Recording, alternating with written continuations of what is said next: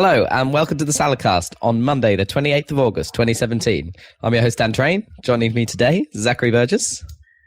It's far too hot. It's like the one hot time of this summer. And Robert Kemp. I'm pretty sure there's been other hot times. Not really. There's been like one other. That podcast where we had to have a fan. That might not even have been summer, technically. It seems a bit strangely hot. Well, the thing is it's not actually as hot as it has been previous days this year. No. In terms of C, but it's Celsius. Not like ocean. As always, in terms of your ocean. house contains heat. Yeah. No, it is really humid today. But even outside, is it the humidity or like there's no breeze or something? Something is bad. Well, there isn't a great deal of breeze either, but it's the humidity is pretty high today. At least here. Like 80-odd% or something ridiculous. So you didn't go for a run then? No. I mean, surely it's the humidity that has the most effect on that, right? Yeah, Did we discuss this before? Like, presumably if it's humid, your sweat doesn't work. I guess not. To cool you. And it does feel like you're breathing porridge. Yeah, it's not good. When you're trying to inhale that much that quickly, it's just like, oh, but even I'm inhaling hot air and it's making my lungs warmer. Because that's how that works, right? I wouldn't have thought so. No, probably not. I think the inside of your body is probably still hotter than hot. the atmosphere in all cases. But it does feel like you're breathing like heat, which is no good. No one wants to breathe heat. For sure. Not even if you ground up all the magazines of heat and... You wouldn't want to breathe that, no. That would be very bad for you. That's a classic Willett blend. Don't breathe this. Don't breathe this. Ooh. You definitely don't want to breathe smoke. any printing ink of any kind. Glossiness. What is it that they put on it to make it to make glossy magazines glossy? It's clearly some kind of coating thing, right, onto the paper. Is it gloss? What is gloss? I don't know. It could just be some kind of wax. Like I maybe, but then maybe it would scrape off or something. Like it's like impregnated into the paper. It's not like a layer of wax. Yeah. Okay. Well, yeah, that's the other thing. Do they? Yeah. Is it the paper itself that's waxy and the print's just on top of it, or? You mean whether they print it first and then wax it, then or whether the paper is just that shiny to start with? Yeah. Or even if they. Like the print itself is what makes it glossy. Well, no, because then you'd be able to tell the difference between the printed bit and the non-printed bit. But I guess they print it all, right, on that sort of process. You don't print like white space. I don't know. Like, how do you make glossy white? By having the paper be glossy. I don't know.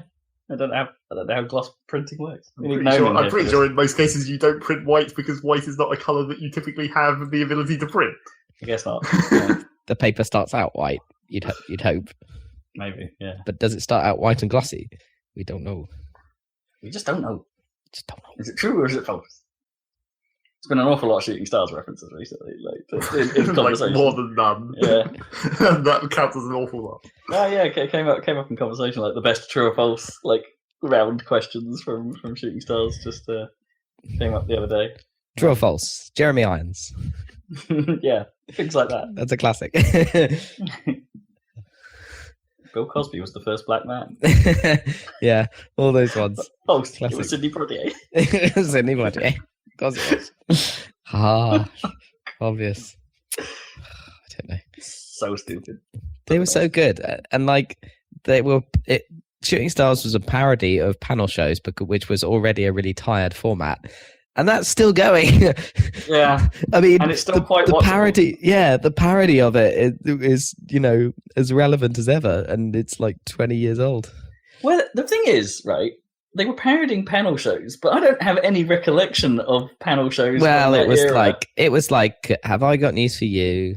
And like the sport one was like, one. Yeah. They think it's all over. Question sport was still yeah, around. yeah, Oh, but the suppose, stupid one was they think it's all over, wasn't it? Was they think it? I suppose that did predate Shooting Stars just. Yeah, and I'm sure there were other ones. Like, never mind the Buzzcocks, but that's a half parody in itself. Yeah, never mind the Buzzcocks, yeah. But they all, yeah. Buzzcocks and Shooting Stars, they must be very close together though. In terms of with when Mark they Lamar, started. yeah, I suppose. Yeah. Being on both. But I don't know, I think Buzzcocks is slightly older, isn't it? But yeah. Is Buzzcocks still going, or is it dead? No, It's dead. That got officially cancelled after the last season. But Have I Got News for You is still going, right? Yeah. It's still good. Even if they do weirdly... Like the BBC is a bit strange, I think, with this, because they have both Have I Got News for You and Mock the Week, which I know are different formats, slightly.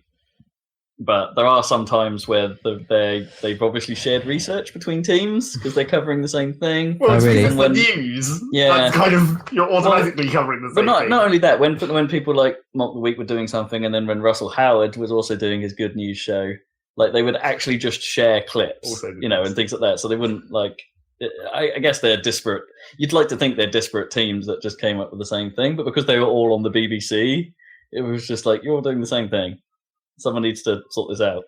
They probably only clip it one time. It's probably a stock footage thing at that point. Yeah, probably. Like, here's the important clips from this week's news. Yeah. Get rubbish through there. Here's what we could license off YouTube or Getty. Yeah, there's a bit of that.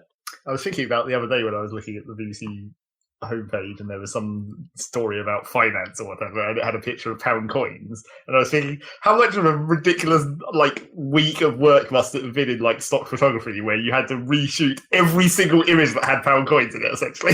Oh yeah. That must have been. They must have loved that. Yeah. It's like, suddenly we're in the money because everyone's going to need these, and they then can't use their previously licensed copy. They had to do a lot of work as well. Yeah. They had to. Basically, I wonder if they have some back end where they're just search terms and they just type in pound coin and be like, okay, we're going to reshoot shot for shot every single one of these images. Yeah, probably. Get them exactly the same, but with the new stupid coins. There's a certain element of because stock photo creativity must get really difficult at some points. It's like how can we make this mundane shot mildly interesting? I know, let's overham it and make it ridiculous. There's a thread somewhere, I don't know if it's Reddit or Twitter or something, about dark stock images. Stock images. Yeah, there's a Reddit for that. Portray a certain thing, but are actually, when you look into it, they're really creepy. Well, that seems like another thing that they should have in their search engine of how silly do you want the image? Do you want just straight up picture of coins, or do you want picture of person holding coins and looking comfortable? It's do you want slightly more? Do you want the devil banker staring down at Scrooge McDuck's tower or something? Slightly more ridiculous, the ridiculousness rating. Do you want straight stock image or crazy shit stock image? Yeah. Well, anything that portrays burglary and crime on stock imagery is classic. those balaclavas. Yeah, they're holding a bag with a some of them are pretty nasty. It's they're not even funny. This is what it looks like. Some of them are actually really genuinely kind of okay. This is way over the top for what it would actually be, but all right. I'm not sure any newspaper is ever going to use that. This is a reconstruction. Distasteful. I saw one on the dark stock photos today, which was a little kid about to shoot himself with a barcode scanner. Barcode scanner to his head. Beep. Oh, I'm only worth £4.50. £4.50. 4.50. Oh yeah, that's just my gymnastics score. Someone held up a 4.5. Yeah. I get quite annoyed by this stock photo meme that's everywhere at the moment. Do you know the one with the guy who's with his stock? The stock guy is with his stock girlfriend and looking at another stock girl's bum or whatever, and the girl's like, "Oh what yes, the fuck?" no, I have seen that." Yeah. And there's a whole shoot, so there's a whole bunch of these photos of them in different poses, but it's just everywhere, that one with the labels on it.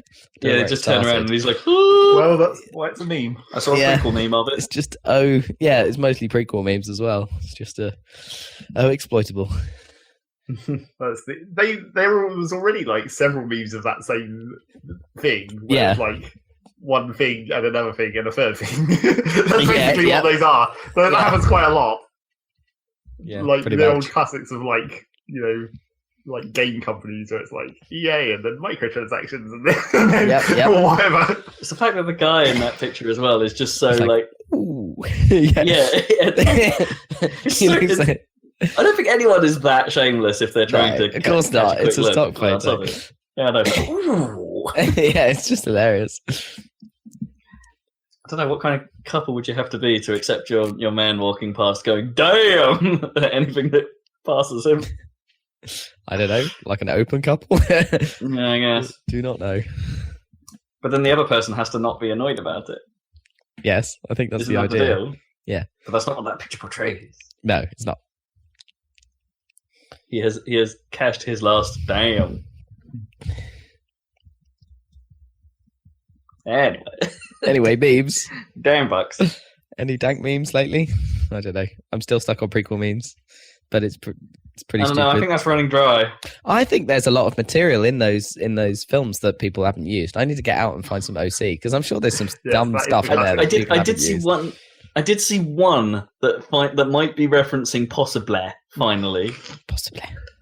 Because I think that it was just like we can just make a meme out of any single word in this film, can't we? Yeah, possibly. Yeah, I don't know. I feel like there's not very much Watto in there, and I don't know. There's definitely some really dumb stuff in those. Yeah, that kind of stuff. Why nobody buy? Why nobody? Yeah, exactly. I think Why Nobody Buy has been used. Has it? Oh, yeah, I don't remember. I haven't seen that one. Also, wasn't that phrase actually just in Pod Racer? Yeah, but that's fine. That's allowed in prequel memes. Okay. Yeah, it still counts. Yeah. Because I've seen some Kotor stuff as well. Like, yeah, technically, Rogue One is a prequel according to them. If you're okay. Yeah. I mean, they are technically prequel. Yeah, it's technically a prequel. But yeah, very, very prequel. Yeah. It was always the bit at the end of that Watto statement, though, as well. It's like, it would be fine if it's like, why nobody buy? But then it's just followed up with, I wonder if that's like a WAV file that we can extract. Oh, yeah, I'm sure it is. All of the Pod Racer sound effects were WAVs. Yeah, because we use them all the time. Yeah, the sound effects. But I wondered if they put the voice into like some kind of weird file, like Dungeon Keeper does or whatever. What? Yeah, like a single file. Yeah, a single log file. I still think that game was weirdly better than it should have been. Episode Pod Racer? Yeah. On PC. The Dreamcast version was legitimately good as well. The 64 version obviously suffered from classic 64 issues like frame rate and stuff. And not being able to see 20 feet. Yeah, but it controlled pretty good. And it was much better if you had the expansion pack too. Yeah, naturally. Was there expansion? I can't even remember. Yeah. Well, no, it had, used the memory right, the extra memory, yeah. Yeah, sorry. And you could either, I think you could choose between draw distance or a high resolution mode. And yeah, it was a better game as a result. But just don't play that shit on PC. No, just play the PC version. It was pretty good. And we used to play it with your flight yoke. Yep, that was what made it. That was really cool. Even though you had to push forward the entire time. Yeah, because that game did have that weird thing where you went faster if your nose was dipped. Yeah. Yeah, I played it with my Sidewinder 3D Pro, and I think with it always forwards. Yep. Yeah. Which worked okay. More awkward on a joystick. Do they still do joysticks that are like that size? Because the 3D Pro stick was not that. It wasn't very tall, big. was it? Yeah, I think that's almost better. Like I don't. No, they're all huge now. All joysticks are like proper flight sticks now. Yeah. Just want a little travel. Yeah, too much travel. Whoa. You want something you could easily do with one hand. I gotta admit, I would have liked a slightly smaller stick for when because it's not worth mucking about with that flight stick in Battlefield 1, but when we were playing Battlefield 3 and 4, I'd get your flight stick out to fly the jets, and that was a lot of fun, but you needed... It's too big though. You need a reasonably sized one that you can just quickly shift into position. I don't know, even when you're trying to do quick reactions in that, and obviously it's not one of those enormous ones that you stick to the desk properly or anything like that, so you're having a hard time holding it down whilst doing these giant actions. Yeah, it's not so good. Yeah, I missed it. Oh, no, that's true of the Sidewinder as well. We used to struggle with that. Although the suction cups, I think, worked a bit better. The 3D Pro had a huge base. Yeah. Did you ever see the force feedback Sidewinder? Yeah, I never had that one. That was even bigger. Yeah, it was bigger. The base for that was enormous. Yeah, it was bigger. Yeah. I was pretty happy with the 3D Pro one. Optical. Oh, yeah, because it had the nice throttle on it as well. Like the nicely little positioned slidey throttle, yeah. Yeah. I suppose it was only really designed for right-handers, but... As most things were. I guess, yeah. Because it's weird, because I think... it was... The 3D Pro, but otherwise it was because the throttle was only on one side, right? Otherwise it was symmetrical. It wasn't symmetrical because there was the two side buttons on the top of the hand. Oh, yeah. No, you're right. You had to put your thumb onto. Oh yeah, you're right. Yeah, I forgot about those. Yeah. Little clicky, plasticky things. What a classic joystick. That was the other way the Sidewinder was a good joystick. It actually had the button positions were good as well. Yeah. It had like the back top button, the front button, and then the two side buttons. Those were all nice and easy to get to. That age of Microsoft hardware. Yeah, Microsoft ahead Home of its time. hardware. Yeah. Well, just the Sidewinder range in general, like all of them. Like I like the joysticks, gamepad. The steering wheel was ahead of its time as well, with the possible exception of they really could have done with putting a D-pad on that thing. But that idea didn't come till quite a long time later. Well, it's because they weren't trying to replicate a controller. No. I remember using the gamepad quite heavily for Tony Hawk's 2. Oh yeah. The original, the digital Sidewinder. The digital one, Did they ever put out an analog Sidewinder joypad? They had a different one. I think they had some weird ones like that had like mouse trackballs integrated and stuff. Yes, I remember that. Yeah, weird shit. I don't know if they had one with an analog stick though. I'm just trying, that might have just been a bit early for the analog stick revolution. Yeah, I reckon so. The whole N64 thing, I don't think it happened quite yet when we had that. Maybe not. It might have just happened actually, but I guess everyone would then have to scramble to catch up. It's like, oh god, someone's done it. Oh god. I don't remember how I played Tony Hawk's 2. I can't remember whether I played keyboard or because I did have one of those shitty like game pads, like a straight up like white with multicolored buttons. Oh, well, the things that are basically just a rectangle kind of, but like not rectangular though. They were curved, trapezoid sort of things.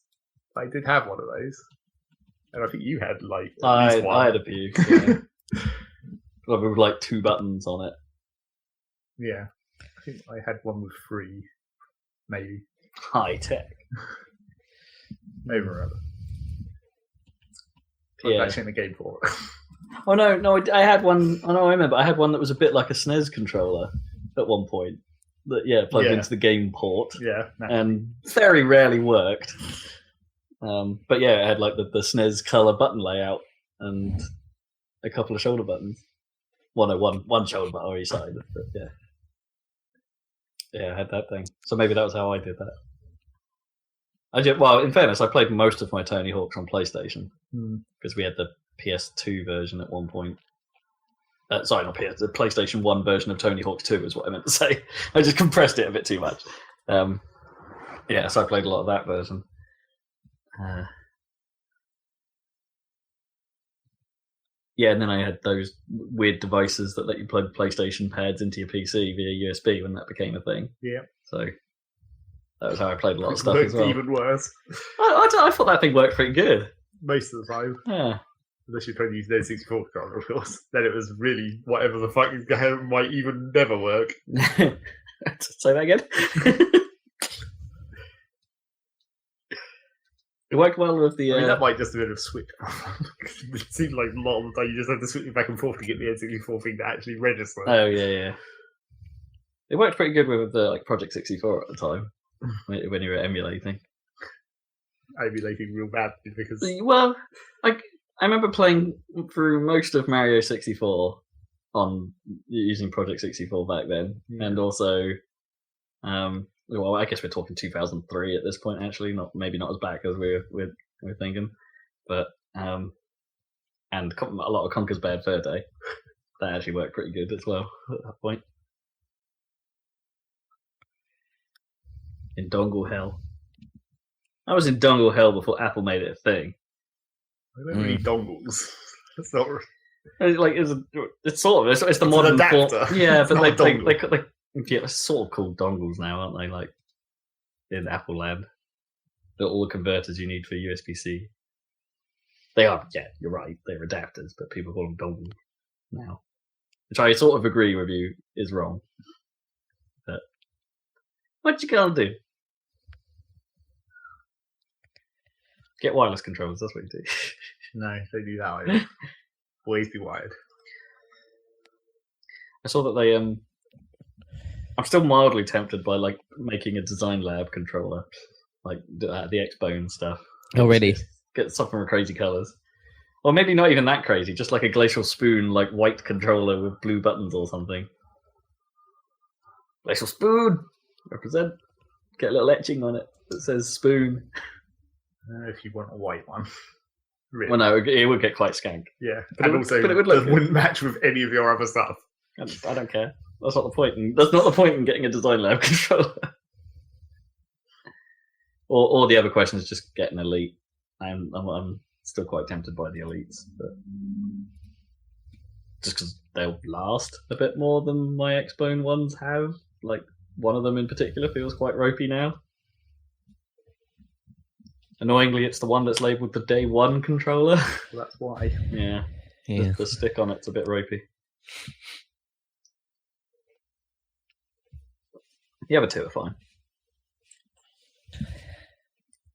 And it is now my preferred controller when using PC games if I'm sat. Oh, really? You switched? Yeah. So I might get one of those new dongles, the new wireless dongle for X-Bone controllers. Oh, they're much, much smaller. Yeah.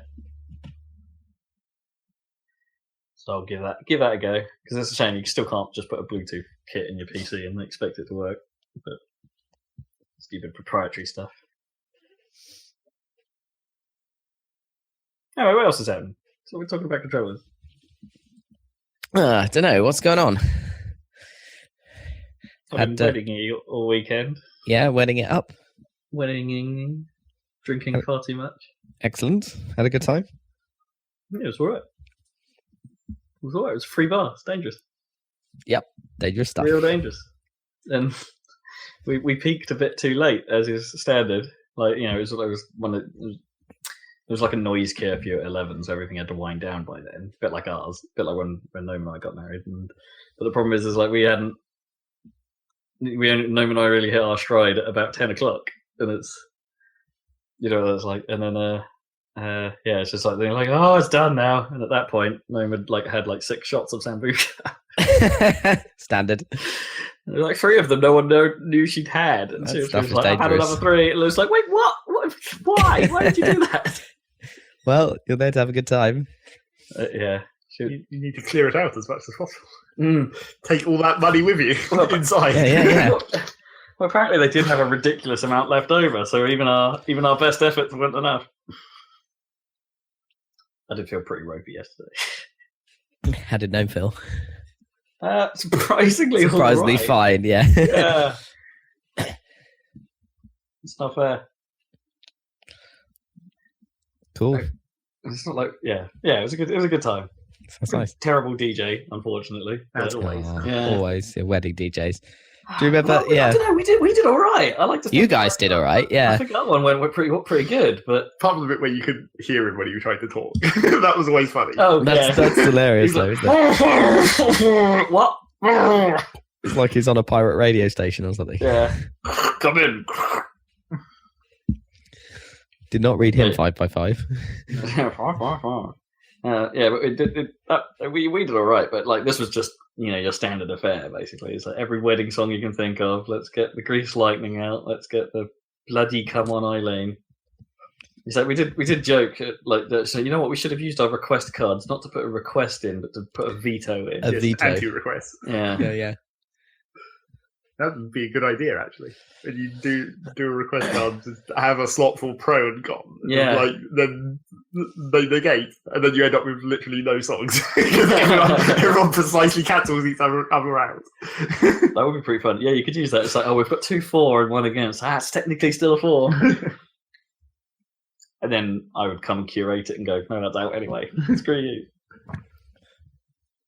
He wasn't the best. It wasn't just song selection either. It was a bit, the mixes between songs were like that thing where people do it a little bit too long. They take too casual a fade. Yeah, and so you get looping over and over and over. And so, well, not even that. Just like something with a fairly long tail versus something with an intro, and it's like, okay, the intro's over. You should have faded completely into this other song by now. It's like, no, I'm still drifting it in. Still want a little bit of the previous beat there. It's like, no, it doesn't work. It's clashing horribly. Just move on. Do your fades quicker, mate. You're trying too hard. and I'm not sure if he was doing like his deck like had the thing where sometimes if you have to make a mix sound nicer, you have to drop the bass on one side while you fade that in, and then so you don't end up with too much of a thump. Yep. In places, and then when you want to do the switch, you need to switch the EQ gradually as you get there, so it becomes less noticeable. Skills of a DJ. Yeah. Or you just do it quick. That's the way out of it. Just do it fast. Don't actually mix it. Just swap songs real quick. But yeah, we made the most of it. There was a small 3-song drum and bass section. I was happy. That's what it takes to make Rob happy. 3 songs of drum and bass. Oh yeah. Yeah, bit of TMP, get me on the floor, get me skanking, and then I go cry in the corner while Come On Eileen plays. He's skanking, he's top ranking.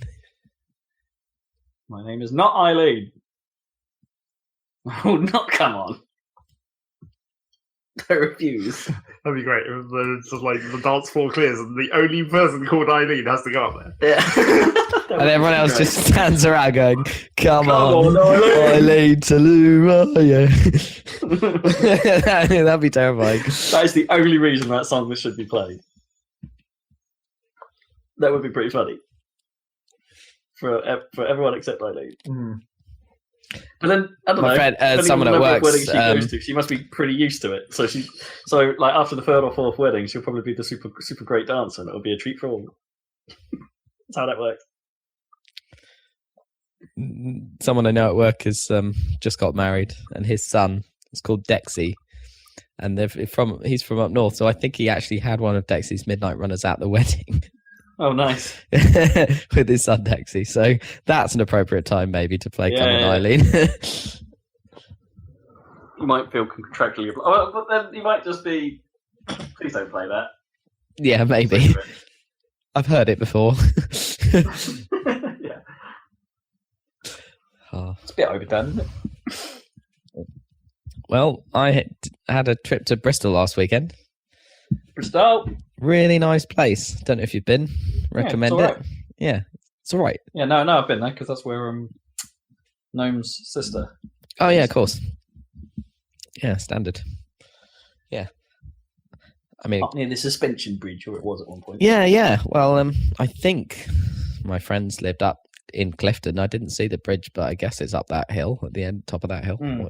It was pretty hilly, but otherwise super nice. Yeah, there's a couple of brutal bits, but yeah, nice town. Yeah, really nice place.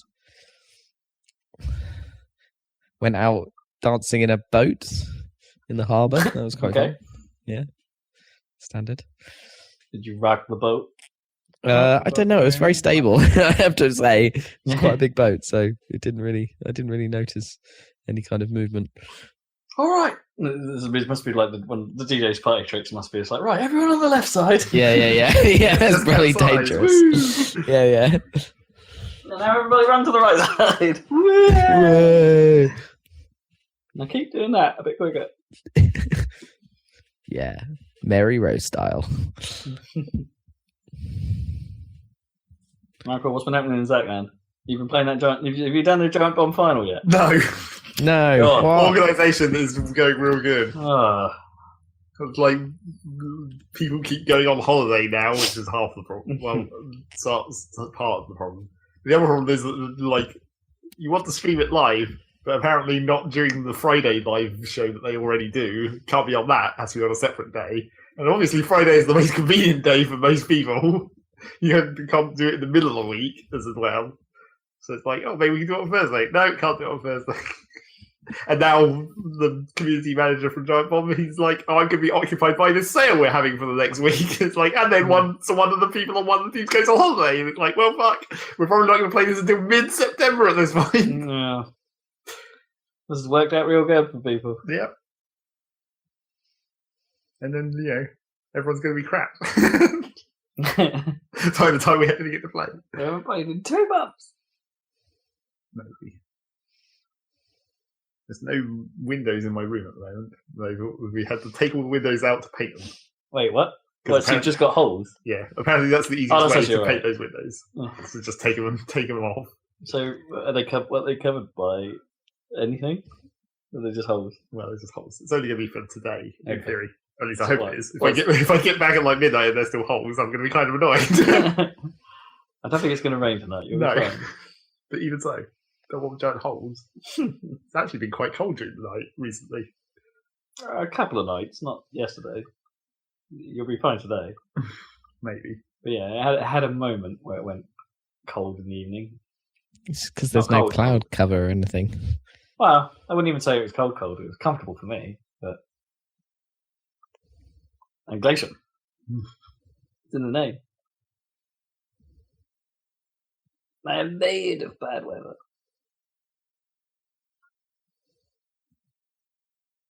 So no news. What?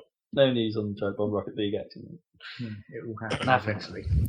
Maybe we'll end up playing like at the same time as the Gfinity finals. Now, that would be quite funny. If it's going to take that long, I think they've still got. They've only got Must like have a 3 or couple 4 weeks left. Yeah. maybe. Because what was it? It was the last league round for that Yeah. for the Elite Series this week. And, I watched some of that. I watched the last Rocket League stuff.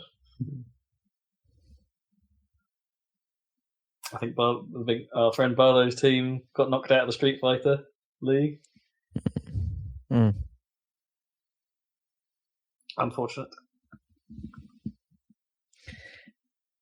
Right, it's time for the news. We haven't had any kitchen bitching for a while. As well. I don't think there is any. Toaster is about to break, so. About to break. Okay, so there is incoming bitching. Well, I mean, it's still at the point where it can be bitched about because it's like one of the wires is burning through. That sounds pretty bad. Which, because of the way resistance works, because the wire is getting thinner, it's making it hotter. Hotter, So it's like it's actually causing a hotspot that burns one specific area of your toast. But then apparently that wire is like not even fully attached any longer, so sometimes it like just doesn't work at all. So then you only get one side of your bread that gets toasted. No, weird. So you have extra burnt patch or a whole side that doesn't get toasted at all. So Yeah, toast doesn't really bounce like that, can you? You can't overdo one side and have one side under that. no. That doesn't quite work, and it's in the taste department. So we'll probably get a new toaster. Woo. I mean, I can't even begin to imagine how old that toaster is. Probably at least 15 years. Jeez. It's done well to last as long then. I guess. Even we replaced our toaster, which was like 5 years old when we replaced it. But 15 years, good game. Actually, we might have just left it at Kipper's house. It's probably working there. I don't know. Hand me down toasters. Yeah. I was at someone's house last night, and they not my own. Someone's house. Someone's house. Most people are at someone's house most night. And the way they'd redone their kitchen and like the way it was laid out, there was like they obviously hadn't thought of where the toaster was going to go. So at that moment in time, there was like a little plinth, like where the boiler was, and there's just a toaster in the middle of this thing, and it's like hallowed ground. It's just the toaster exclusion zone. Needed a little spotlight on it, and For toaster worship. yeah, absolutely. Praise to the toaster gods to get more toast. Oh. The Amityville toaster makes Yeah, breakfast spooky. Spooky fucking toaster. Spooky toaster. Yum yum yum. Back to the news. News. What's it called? Top story this week. I don't know.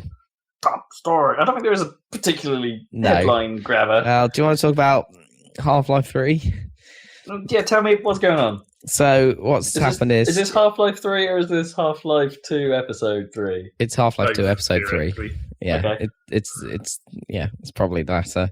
But anyway, it's the writer dude who was there from the beginning who quit a while ago. Remember that? Mark Laidlaw. Yeah, he put up on his website what looks like the potential plot for, I think, Half-Life 2 Episode 3, with the names changed. Right. And at the end, there's a paragraph where it's like Morden Greeman. where like Morden Greeman is stuck in some, I don't know, or he's left behind and he doesn't know what to do and he doesn't know what he was trying to achieve in the first place and no one seems to remember. And it's like a weird analogy for how everyone involved doesn't care about the Half-Life project anymore. Yeah. So it's not the actual plot. Well, no, it seems like it is the actual plot because it seems Well, pretty. it seems like the actual plot, like up to that point, because like if you think about it in the context of the game, how would Gordon Freeman's inner monologue be represented at the end of the game? It just that whole bit just doesn't exist. That's just tacked on. Yeah, that bit's tacked on the end. But otherwise, it looks like a sensible plot with complete with the Borealis ship and all of that. You know, that was left hanging, and a bunch of stuff with, you know, how in episode 2, G-Man seemed more interested in Alex than in Gordon. That kind of carries on in this. Wow, and all the Vorticon interference and stuff. And all the Vorticon interference and everything. Yeah, did you read it, Zeg? No, I didn't read it, but I remember episode 2. Yeah. Anyway, it would make sense as a potential. I bet there were a bunch of potential plots for Half-Life 2 episode 3. But it makes sense. You know, there was a lot of obvious threads to follow at the end of episode 2. Yeah. So it kind of followed them. They must have had a plan in mind in order to have come up with the episodic structure. Exactly. They must have done. There must have been a goal. And he must have been behind he was in charge of the overall plot because he was the head writer on Half-Life series, you know, back when it was a thing. So, so it seems legit-ish, but everyone just seems like the main thing is that, like, Valve haven't said anything as far as I can tell. They aren't trying to, like, stop this spreading or anything like that. They're just letting it lie and they're not saying anything. And there's Reddit is like, what else would Valve do? That's just what nothing Valve really does. Yeah, I guess. Yeah. So there's no kind of, they're just like not doing anything. And everyone's just being like, oh, well, at least we have closure now. And still like, fuck you, Valve, pretty much, which is fine, I guess. I don't know. Just see Gabriel with a Half-Life 3 t-shirt on randomly at something. Yeah. But everyone's like now we can stop making all those Half-Life 3 jokes because it's definitely dead. That's the idea. But I don't know if it does prove that it's definitely dead, but it definitely does. Well, I still think it's entirely plausible that this guy is just having a laugh with us. Maybe, but he did leave. So I can see him being like... But then why would... Surely you'd be like under some sort of... Surely that'd be like NDA. Yeah. Well, that's the thing. Supposedly... I mean, it seems unlikely, but supposedly I read that the NDA expires or whatever, but that can't be right. Surely your NDA is like for indefinite or whatever. I mean, I guess it could expire if it was like you were never going to make this product. So yeah. Well, there you go. Maybe that's it. Yeah. Anyway. It is kind of a shame because reading about the actual plot is like, oh, actually, yeah, they were making a story there that was kind of cool, and it would have been nice to have a resolution there. They didn't have to make Half-Life 3, but they could have at least made episode 3. Because episode 2 is like by the time you got through like episode 2, especially, I guess it was like now there actually is a story. Yeah, like in Half-Life 2 and episode 1, it was more or less just like you just fight because the enemies are there. Kind of. But then towards the end, it's like, oh, now there's an actual plot. There's plans and. I don't think I ever. I think episode 2 is the one I didn't actually. I don't think I think I started it, but I didn't finish it. Episode 2 is really good. I think it's the pinnacle of kind of just up until the end, anyway. Yeah, I just sort of got bored of it. I don't know. Which is the one where because one of them has the epic driving section. Is that episode 1? They all have epic driving sections. Yeah, like episode 2 has the like epic bit at the end where you have to defend like 3 different things. Episode 2 sucks. Yeah. Arena battle against a million stalkers. It was actually impossible that final section. Wait, which one introduced successfully defending everything? Which one introduced the mini stalkers? That was 2. Oh, that so was I 2 have as played well. the start of that. Yeah, sorry, okay. that was good. They sucked as well. Really? I quite liked fighting those. They were hard. Well, I mean, they were pretty tough. Yeah, it was like they basically made an enemy specifically to force you to use your good guns. That was basically the only reason they existed. Like, we know you hoard your special ammo for the entire game and never use it, so we'll just make these enemies that are annoyingly difficult and like have auto aim, so they always hit you with their stupid fucking shooty particle things. So you have to use like the Magnum immediately to just kill them as fast as possible. Can't even gravity gun them because they shoot the projectiles. Yeah, that's true. Yeah. Anyway, all the way back to today, or whichever way. I don't know what I'm trying to say, but I'm trying to say is, even though Half-Life 2 was cool and everything, and I like the episodes, I still and they actually eventually had a plot, and Half-Life 1 was just like a B movie that had no real plot at all. I still like Half-Life 1 the best. Yeah, Half-Life 1 was just, yeah, like you say, like a bit of an action film in the sense that, like, here's a set piece, here's a set piece, here's a set piece. Yeah, very little actually tying them together. The story, this is just happening right now. Yeah, or it was like environmental storytelling of like Black Mesa. It was more of an it wasn't a plot. It was more of an atmosphere thing or whatever.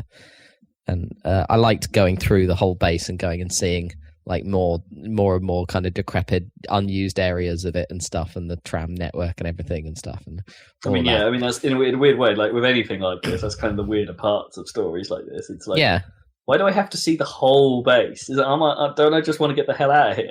Well, you had to get to the Lambda complex, wasn't it? That was the idea, wasn't it? You got to the surface and then you were fucked there. So the idea was to get out, right? So you got to the surface and then it turned out it was full of bloody soldiers everywhere and you couldn't, and you were kind of stuffed. And then you had to go and disable a nuke, so you actually had enough time to escape. And then you had to go into the Lambda complex to fire a satellite and to stop the cascade or whatever. Yeah.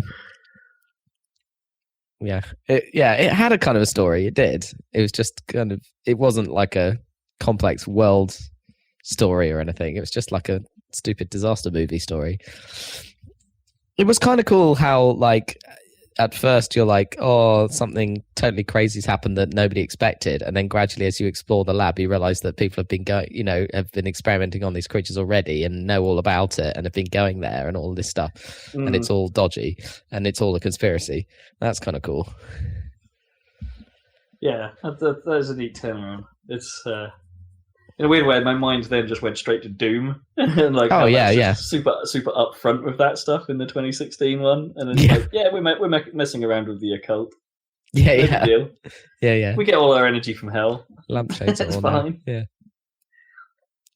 Demon invasion in progress. Yeah, Half-Life. I'd like to see Valve put out a game at some point. It doesn't have to be anything to do with any of their previous games. Well, you're in luck.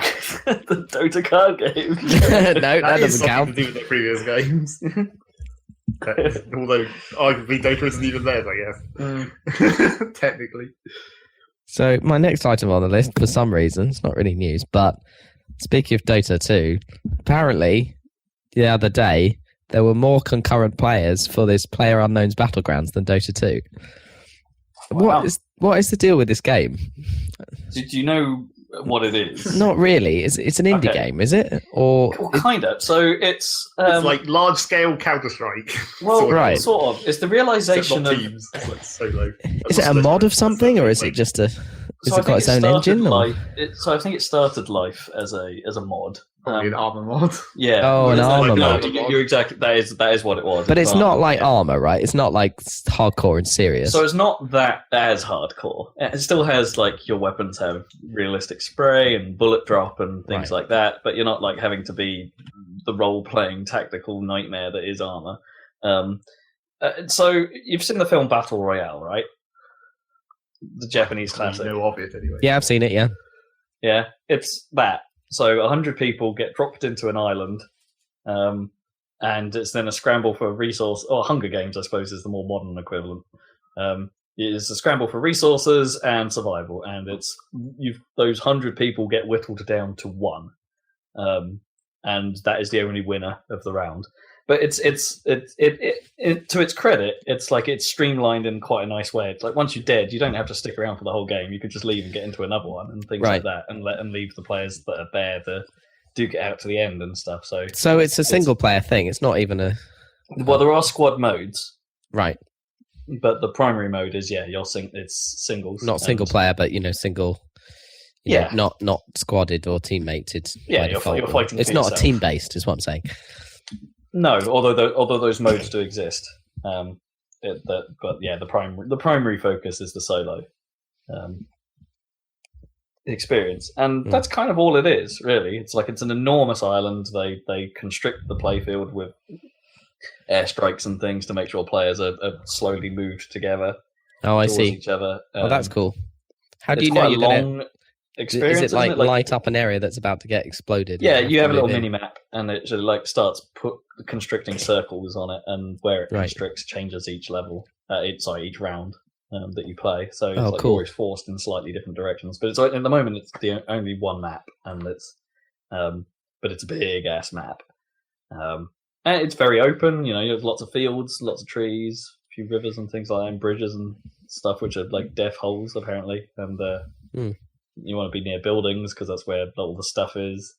But it's very lethal as well. So you have like instant. You can pretty much drop people very quickly, and it has like bleeding and bandage mechanics and stuff like that. So you do still have to. Right. If you take damage, you are still vulnerable.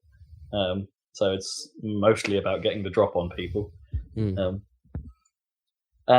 some reason, it's just become an enormous thing. Like I guess a lot of what you hear about that game being is because it's not a technical masterpiece, but it's one of those games that creates stories. Right. Is how people explain it. Like so, so the game's now struggling, I think, with like this thing. Like it's been sort of pushed as like, oh, it could be the next great esport. Right. But actually, people are really struggling to find out how best to cover it because there could be like 50 different fights happening at any one time across the map, and because they sometimes happen at quite long distance or happen very quickly, as someone just comes around the corner, finds someone hiding in the bathtub with a shotgun, and just unloads. It's practically impossible to actually. Well, that's not interesting. No. And that it has that problem as well, that because it's such a long game, it's not actually that interesting, and it's very, very interesting difficult. Bit is right at the end, where you're like the people who are left and have the most equipment, and they're coming in together from different directions, and they're trying to like spot each other and use the terrain that they can to their advantage. That's where it gets interesting, but that's like the last 2 minutes of a potentially like hour-long game or something. Yeah. So it does have its moments, but they're often best portrayed through people talking to each other, right? It's one of those things where someone describing a crazy thing. Oh, do you see that bonkers thing that happened? Yeah, it's like I don't really see that many videos of stupid stuff. They exist, don't get me wrong, but I'm not like watching these things going, "Well, that's an amazingly stupid thing that just happened." Well, it's like it doesn't have that ground for amazing stupidity. I don't know. I've seen some good ones with people ramping motorbikes off of something, jumping off the motorbike in midair and unloading shotgun blasts into someone's unsuspecting face. Oh, yeah. That's pretty awesome. Well, that's just like standard video game stuff. Yeah, I know, but it does look really cool. I'm sort of. I guess I understand your sentiment here, Dan. It's like I'm not 100% sure I understand why it's such a big deal. But yeah, anyone who seems to have played it comes away going, no, this is amazing. Yeah, well, great. Good luck. But yeah, I was just confused. Is it like, I guess, okay, so most of the work was done by the Armour people or whatever, and they've just modded it or whatever. Like, who is Player Unknown? So, a Player Unknown, I think, is the guy that made the original Armour mod. Oh, I see. Okay. And this has been spun off into its own from-scratch project. Right. So it's no longer a mod. But has it got a team behind it? Same thing that they tried to do with all the other Armour mods that span off. H1Z1 and that other one. Project Z? Yeah. Or something like that. World War Z? Yeah. The one that failed and was a real shit show. Was World War Z that Brad Pitt film? Yeah, that was also true. That's what that was called. But yeah, there's been the same, and they all have more or less the same idea. I mean, I guess because it's an Armour mod, at a certain point it's going to be dudes who gun shoot each other. Those mostly focused on, survival of a different kind, I guess, right? It was you against the world in H1Z1 and stuff like that. But there could be other players populating it. You don't know their intentions. Are they going to help you? Are they going to kill you? That sort of thing.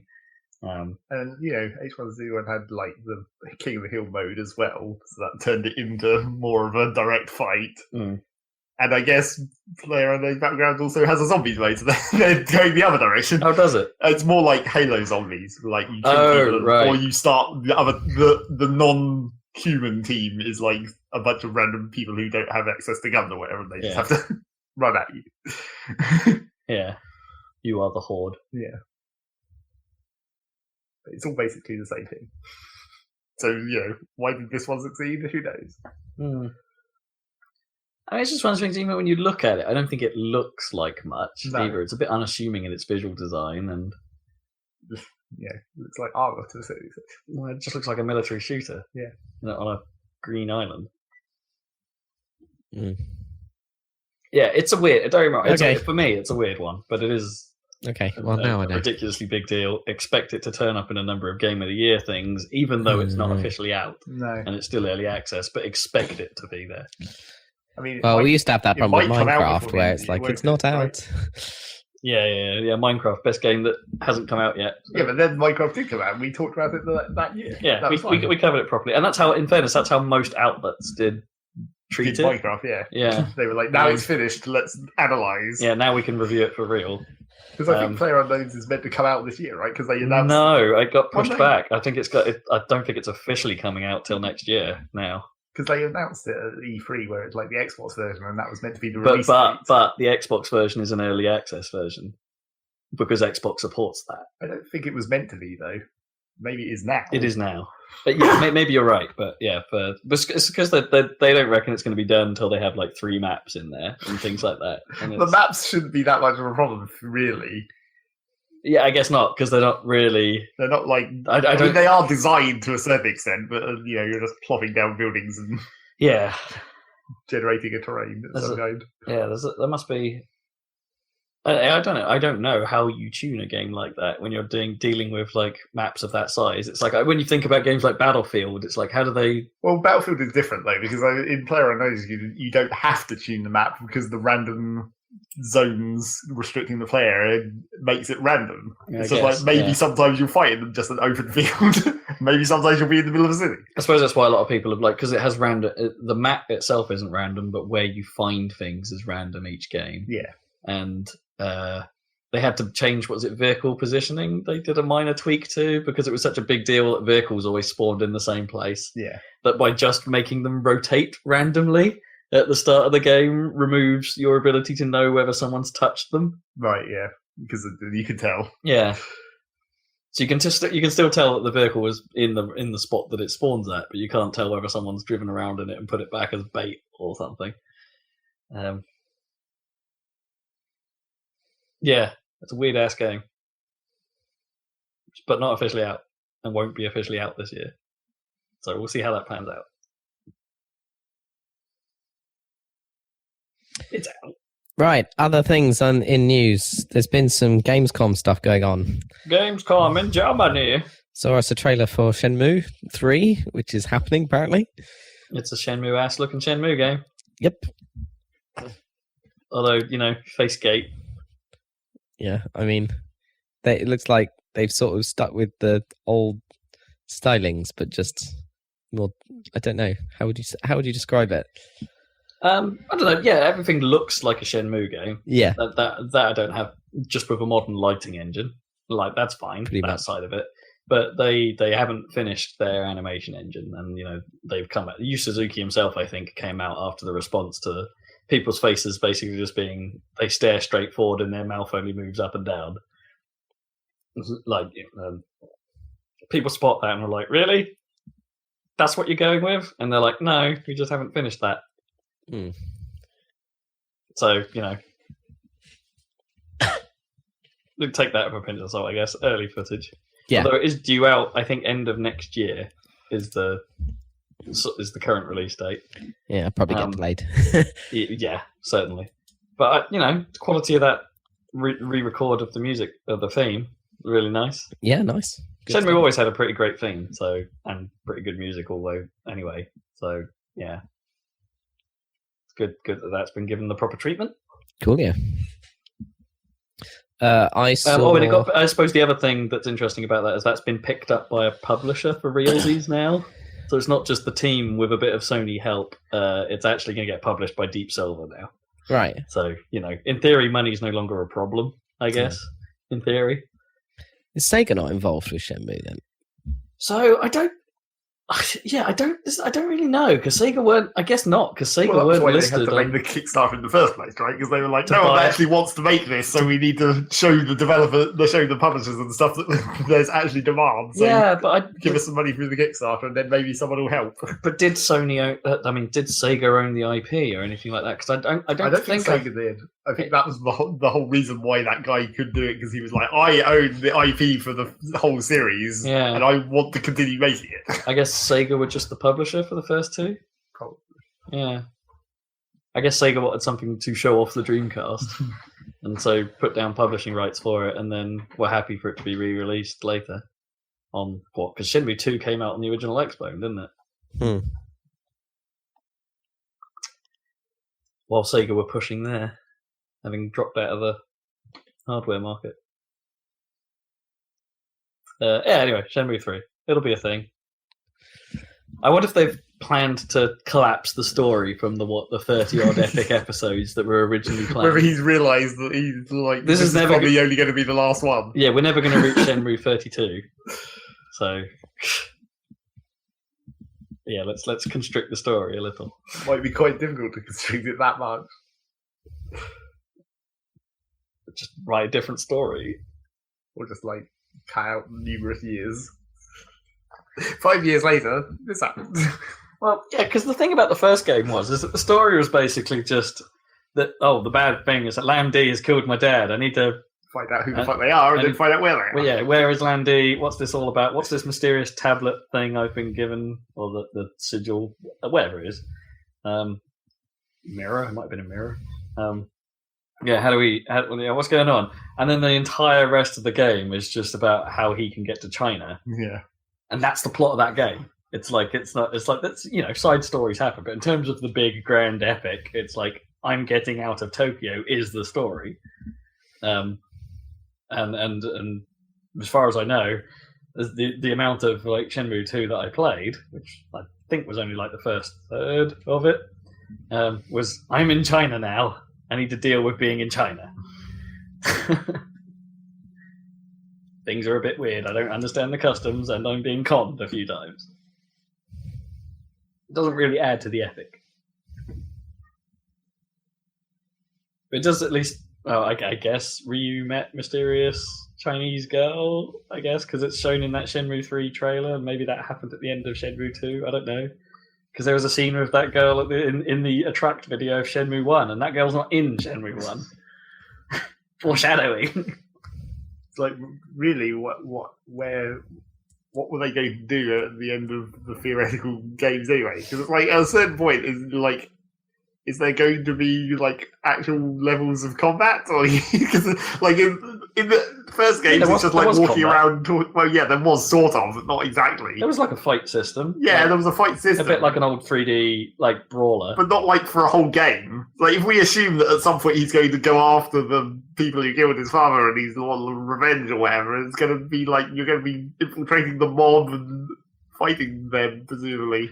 Well, it seems like you can't just continue to just wander around and look in shops at that point. I mean, there was a lot of that, but yeah, there was a brawler combat system in there. You know, with health bars and moves you had to train to unlock. That wasn't the main part of that game. No, but then the main part of that, like describing the main part of Shenmue is actually quite a difficult thing. It's like just walking around and doing your job, I guess, is the main part, I suppose. Yeah, but it's it's a combination of lots of disparate things. It just seems like if you're going to have this story that theoretically has to ramp up at some point, it's not going to fit with that style of game. Well, I guess it wouldn't be in a weird way. Like 3D combat has come on so far since what was possible then. It's like what did he originally think the end of this game was going to be like? Yeah. Yeah. There's a lot they could do now. Yes, they could just make it a regular fucking third-person game if they wanted. Yeah. Well, I assume it won't have tank controls anymore. You'd hope. Or it'll be an option you can turn on. Yeah. Oh, yeah. They should have that. And I wonder if he still runs with his legs perfectly straight. You know, like it was like it was very much like a military run. Anyway, Shenmue 3. We've talked a lot about that from a terrible 1.5 minute trailer. Yep. Okay. That wasn't that terrible, but I saw some footage of. Well, I saw some journos playing Star Wars Battlefront, but the Battlefront 2, but with the spaceship combat mode. Ah, yes, yeah. And I have to admit, it looked pretty cool. That's been expanded quite a bit since the stuff. It looked like a full-on game mode. I was quite impressed, and it looked like the sort of ships are sort of reasonably fun to control, as far as I could tell from what I could see with them. And the map they were playing, it looked good because there was a lot of stuff.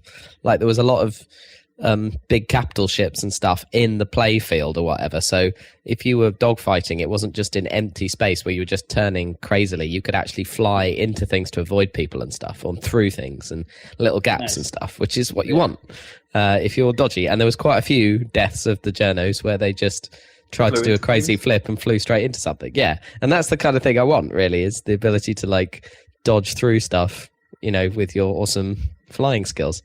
To try and avoid people, because the problem is, in free open space, like you end up just turning towards each other constantly. It's not much of a fun dogfight. Well, at least unless other players interrupt it, and it's like it requires more than a one-on-one situation to come in and blow you away when you were trying to concentrate on someone else. Although you could sort of make that work in the previous Battlefields and the jet combat. Oh yeah, you could. Fly behind a hill or something. Sneak in front of people. Yeah, that's true. But outturn them. But but the combat areas are so small in a game where you've also got people on the ground that it doesn't work so well. Whereas this is like a dedicated mode, which looks pretty nice. Like a worry from the footage they showed of the multiplayer last time. Normal multiplayer, the Naboo stuff, and you've got stuff flying about. That's and it's like same as all Battlefield. This looks really constrained. But now you've got a dedicated mode, and also like the hero vehicles, you build up points in order to unlock them or something, so it's not like you have to be in this where the spawn point is when they same way as the new heroes in the regular thing. But you've got like instead of hero blokes you've got hero ships like the Millennium Falcon and Slave One and stuff, so that seems pretty cool. So, and it looks awesome. How it controls, that's the big question for me, but I would be pretty excited. Do you have like full axis control as they have done in the Battlefield games, or is it a weird simplification like it was in Battlefield 1? Because even in the last Battlefront was a weird simplification of controls.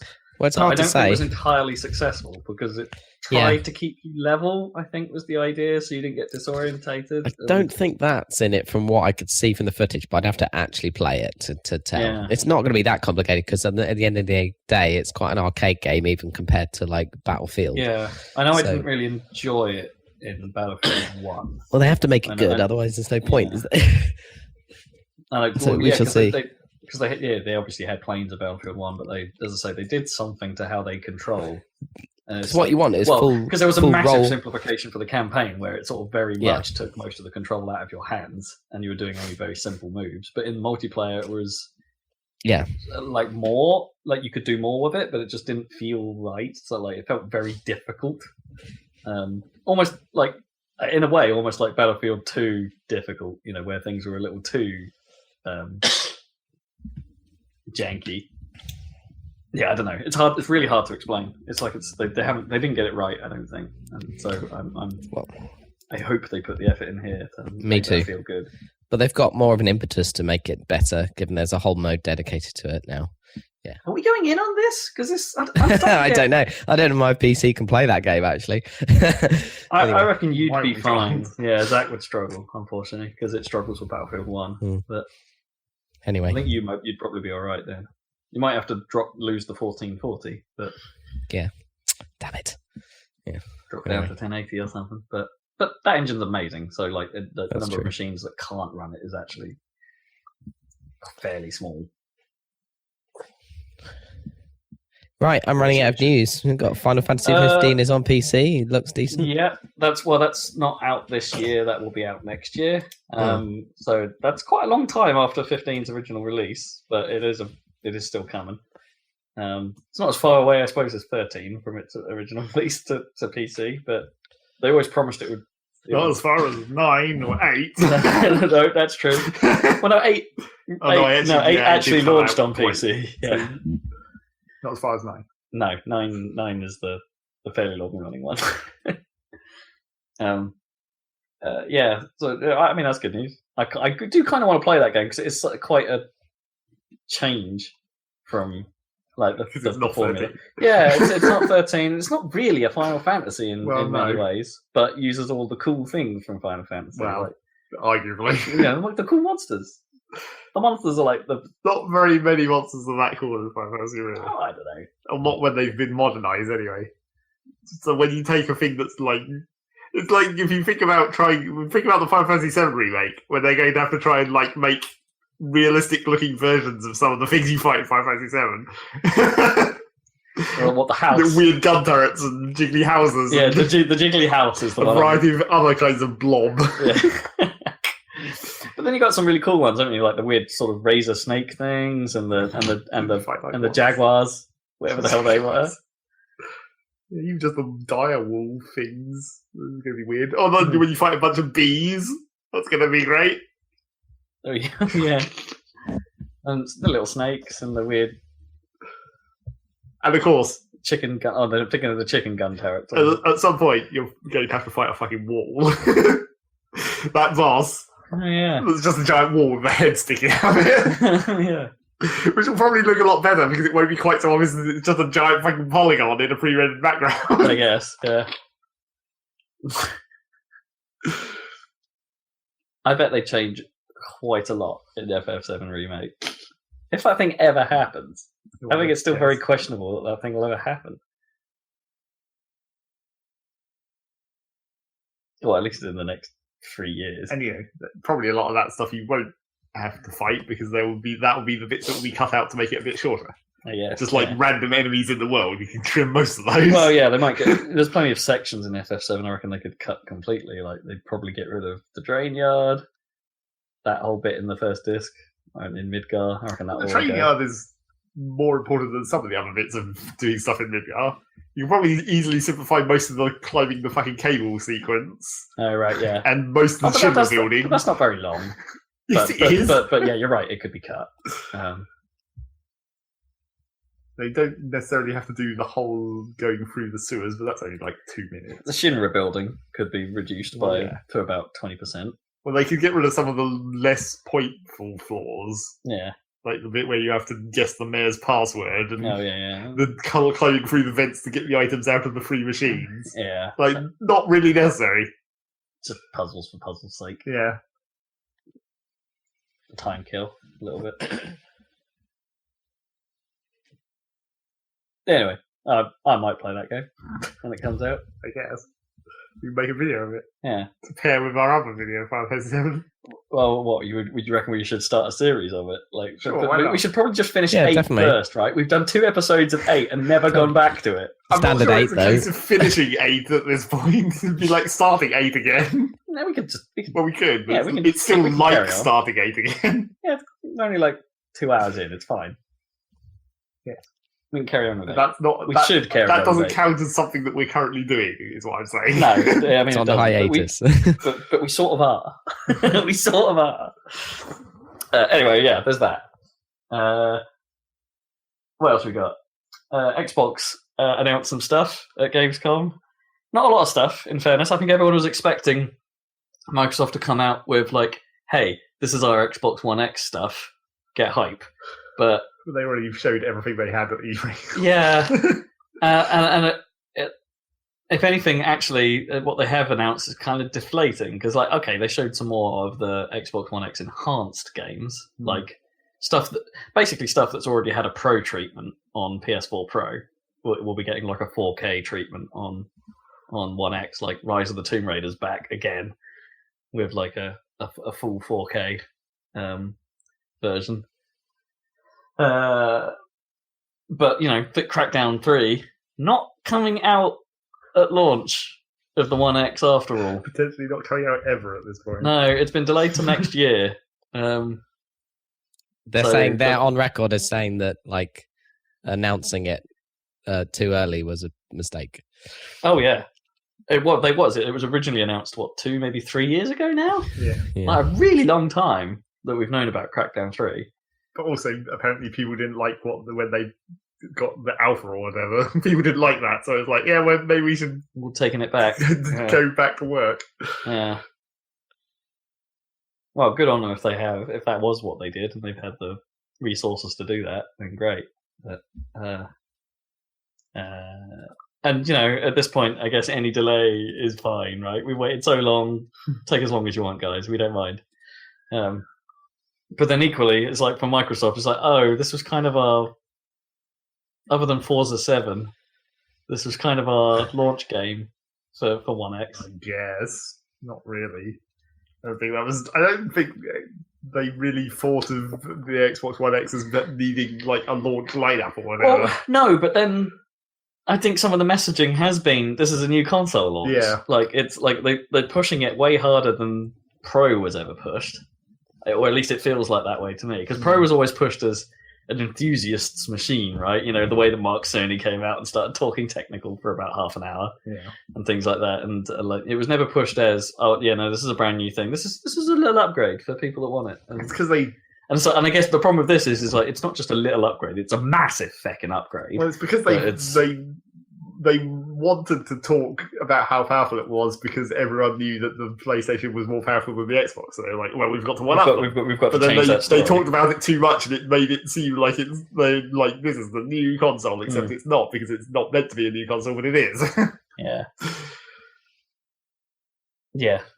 So anyway, yeah, but it's not going to be that, but and I think it will be a little bit like the Pro's launch in reality, in that it'll come out, it'll be fine, but there actually won't be a lot day one that supports it, and you'll get a trickle of stuff over the next few months that. I mean, that was expands. That's the whole reason why they were doing it like this anyway, really, wasn't it? Because it's like they don't have to split the user base. They don't have to be like we have to have 20 games at launch because otherwise this is going to fail. In this case, it's just like, well, if you just buy it, you can still play your old shit, and then you'll just get new shit in the future. Yeah, and and some of the stuff you might like will have got better. Yeah. And I don't know if they've said like that. I know they have said that like Forza Horizon 3 and Gears of War 4, they're going to get like enhanced updates, but I don't think they ever said when those updates were going to come. Like, are those going to be there day one? That might be my ignorance, to be honest. They might have said something, but like I don't remember hearing it. Yeah. So what else? There's a couple of other things to bring out of this. Recore, the definitive edition. It will come out. Does it have the ending? So did they actually add the bits that were really obviously cut behind shitty catering? So there are a couple of major additions to this version. One of them is that the obviously cut fifth robot partner is back. Okay. The one that had a space left for it in the UI in the game that was never filled. Right. They've actually added that back. It's like, okay, that's one part of it. And there's also a large area of the map that is now accessible that was previously not. So they've put that in, presumably because it's finished. No real word on whether that changes the pacing of the game and what people hated about the end sequence. I mean, it might sort of change it in that if you do still have to be essentially grind for stuff, you'll at least have a new area to like maybe extend the grinding into. Yeah, maybe they haven't changed the number of things you need to get, so you don't have to go and grind 100% in the areas you've done before, and then instead you just have another area to keep you occupied while you do some of that. Maybe. That would be way better. And maybe that's the approach they've taken. So that game might be considerably improved with this release, but it's jury's still a little bit out. I don't know. I had a real interest in that before it came out, and then everyone shat on it, and it's like, oh, maybe I don't, not that interested. No. I mean, it's a little bit sad because it's like, it was a concept project, so it's another one of those terrible games from them. But also, I feel bad for Armature Studios because it feels like they were an offshoot, I think, of Rocksteady. If I'm right. Oh no, Armature. Sorry, they were an offshoot of Retro. Yeah, the Metroid Prime guys. And I think since they split, they've had a bit of a rough time of it. I don't really remember a game that they've made that's been particularly well received. And it's like, you're the Retro guys. You should be really good at this. Unless Retro just shed all their terrible people and they got together and formed a studio out of spite and have made bad games. because they made the portable, like the Vita Batman game that no one really liked. I think they might have made a Castlevania port at some point. Or no, sorry, that's the guys that's making the new Metroid. Can't remember their name. Anyway, yeah. So you kind of want them to do good things because they've got a bit of heritage, but yeah, shrug. Anyway, moving on. Age of Empires. They're making another one of those. Guess who's apparently making it? I don't know. Who's making another one? Remedy. Wow. that is quite weird. That is quite weird. Like, I imagine it will have a kick-ass story. Is that what that means? I don't know. Like, there was a joke that, like, every time that Bill Gates does a Reddit AMA about all his charity work, the top question is usually, "Hello, Mr. Gates, when are we getting into the Age of Empires?" And he's like, and the last time he was like, "I'll look into that for you." And then, like, a year later, Age of Empires 4 announcement. It's like, thanks, guys. But yeah, Remedy's a weird choice. Yeah. I wonder if they just really want it. I mean, it's not in their normal wheelhouse. No, is it's it? not. Like, but you know, I wonder who pitched that to them. Like, did Microsoft come to them and were like, "I know you made like the original Max Payne's and Alan Wake and that weird thing with time travel, Quantum Break. That's it." So memorable. But yeah, do you fancy doing a strategy game? Because you've got so much history of doing that. So it's closing some curtains in an attempt, I think, to... The sun is shining directly on me. Oh, okay. Very warm. Super hot. Now it's incredibly dark in here because I didn't turn the light on, but whatever. That'll do. It'll make us feel cooler in darkness. Yes. Yeah, I don't know. I want to know how that came about. Oh, no, hold on. It's my mistake. It's not Remedy. Oh, sorry. What? Oh. Sorry. Well, that could have been a real interesting game. No. And it's now not. Sorry. I obviously read it wrong, or I remembered it wrong. It's the people that do RTSs, obviously, not Remedy. Was it like the Halo Wars team or something? No, Relic do RTSs, don't they? It's not Remedy. Oh, Fuck. what's the... Sorry. What Starts with an R and an E. I don't know. I'm an idiot. The War... Dawn of War, Company of Heroes. War, that's it. Yeah. Sorry. Misinformation from me. Sorry. Oh, I'm slightly less interested, but they'll do a good That job. would have been awesome. I want Remedy to do it. Yeah. Don't get me wrong, Relic will do a good job, but that is considerably less interesting. Damn it! That would have been so cool. Well, we've saved ourselves a massive corrections column. Yeah, I guess so.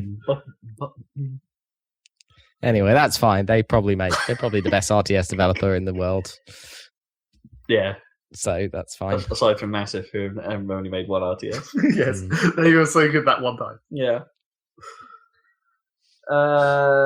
On a sort of similar note, in terms of like strategy-ish games, there's a Jurassic World strategy park management sim coming.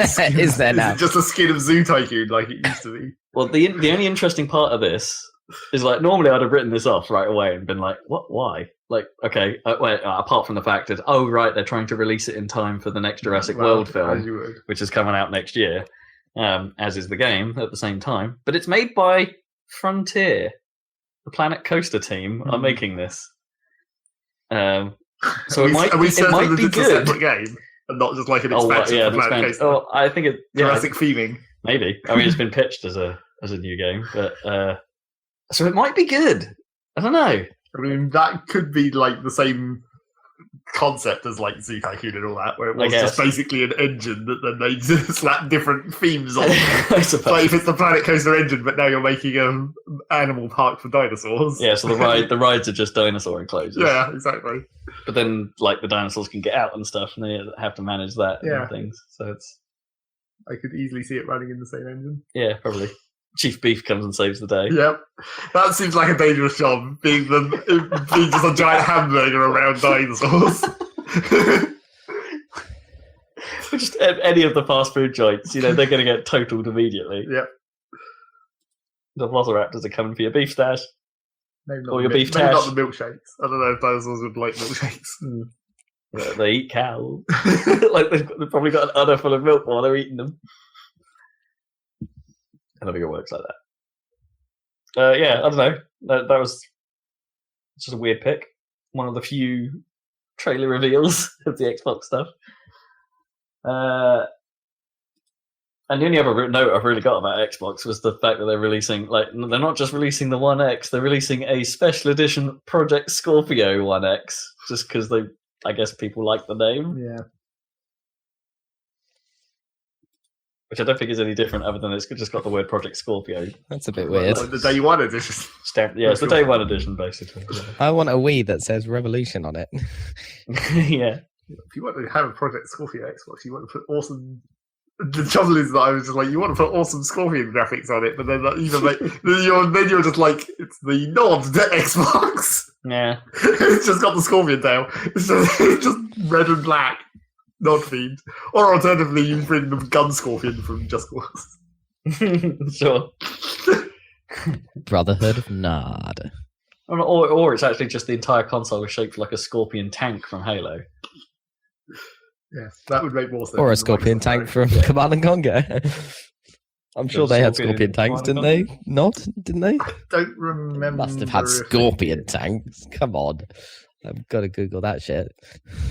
They might have. Well, if it was a Scorpion tank, I'm not sure it was very Scorpion-y. Here we go. Scorpion tank. No, it doesn't look very Scorpion-y. It's just like the name for their standard tank, basically, wasn't it? Weird. Hang on. There's a whole... Oh, no. That's pretty Scorpion looking. But what game is that? Is it from Tiberium Sun? That would be where I'd imagine that weird-looking shit comes from. No, this one's from 4. Tiberium Twilight. Right. Still technically Tiberium Sun, I guess. No. 64 is a completely different game. Different game, isn't it? Yeah. Yeah, it looks like it's only in the much later game. CNC4 was the one where they did away with base building. Yeah, that's right. Effectively. Yeah. It was basically sort of thematically styled in the same like ridiculousness of Tiberium Sun and all that stuff. Yeah. Fucking mammoth tank where it's just a goddamn AT-AT for some reason. Yeah, why did that change?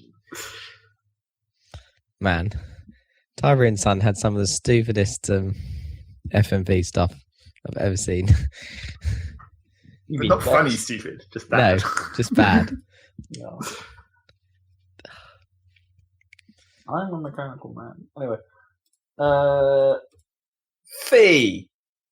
Anyone remember Fee? Or is it, well, actually, I don't think anyone knows how that's properly pronounced. Is it Fee or Fe? I'm just going to call it Iron.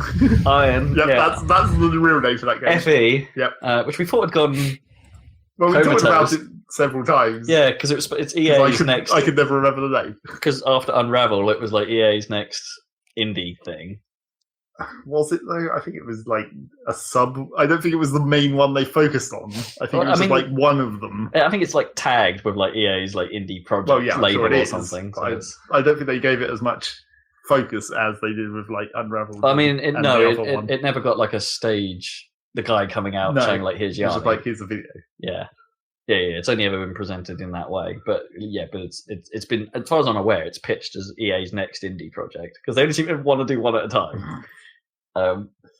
It's still in the works and is out pretty soon, I think. It got a trailer and everything, and it's about. They've given a little bit more explanation about it, I think, in that it's going to be wordless, so it will be like one of those games that doesn't tell you anything with text. You've got to figure it out. The world is based on sound and animal calls and laser and laser owls. The laser owls are still there, and you're battling the silence or something like the silent ones. I don't know. Something about this trailer made some of it come together. I think a bit more than what the previous trailers are saying. It could be a bit open worldy, could be a bit puzzly. It's not massively clear still. It's still going for that polygonal look, so everything's a bit, the ground is like very triangular and stuff like that. Yeah, looked all right. Fee, it's back. Don't panic, guys. It's still around. And finally, everyone's favorite eccentric. games maker other than Hideo Kojima, Swery, is making a new game where everyone turns to cats at night. Although, I have to admit, the trailer for it looks really bad.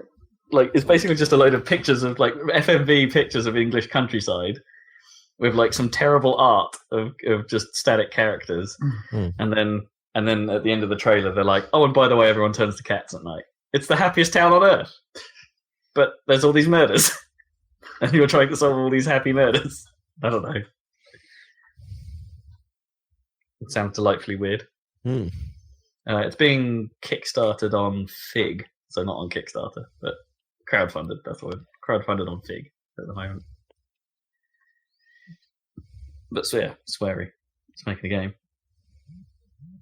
And finally, the only other thing in news I have of mild interest is that Overwatch is getting a new map again.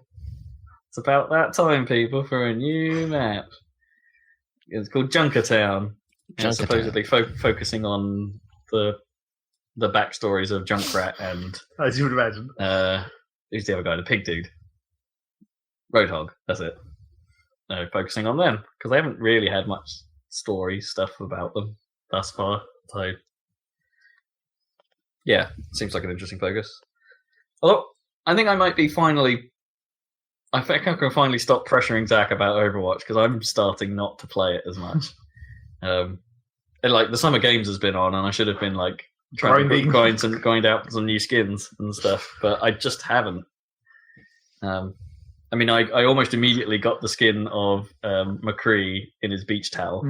Like, I got that like the first time I played it, and it's like, all right, I'm done. I got something. But then, like, Barbecue Soldier 76. Maybe I should get that, you know. And I played a bit of Lucio Ball again, and it's Lucio Ball. It's still kind of crap. Even if it is in Sydney for some reason this time rather than Brazil. Like 2 Olympics ago or whatever. It goes back in time. Or are they going like 20 years ahead? I don't know. Yeah, Overwatch. Stuff's still happening in Overwatch. It's still like one of the best selling games on Xbox or something, Overwatch. Like, it's still high up there in the charts. Yeah. That's all I got for news. And that's the news. It's time for what you've been playing. Who's going first this week? Take Rob? your pick. Rob? Is it me? What you been playing? Well, let's get the non-joint talkable subjects out of the way first.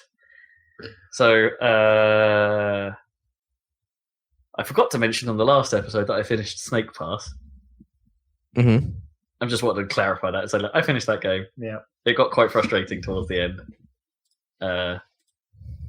It didn't really end in the crescendo that the story seemed to be going towards. There was no boss. It just sort of ends. And it's like, all right, well, that's fine. That's kind of in keeping with it. I don't know how you do a boss in this game, so that probably makes sense. It was a delightful experience that perhaps could do with some control refinement. But I guess that's what that game is about. Is difficult to understand controls. So anyway, there was that. Yeah, I've been sort of all over the place with games. Like, I've not really been focused. So I've been playing some more NieR Automata. I'm about 16 hours into the first campaign. It goes on a bit longer than I thought it would. Like, yeah, I thought these, given all this tales about how many endings this game has and how the campaigns function and how the first 3 are quite long, and it's like, oh, right, yeah, no, you weren't kidding. I'm 15 hours into this, and there's no real sign of it getting anywhere near a conclusion. Although maybe that's because it won't have a real conclusion, or like you won't realise when it's going to conclude. It just ends, maybe. Yeah, it's a weird...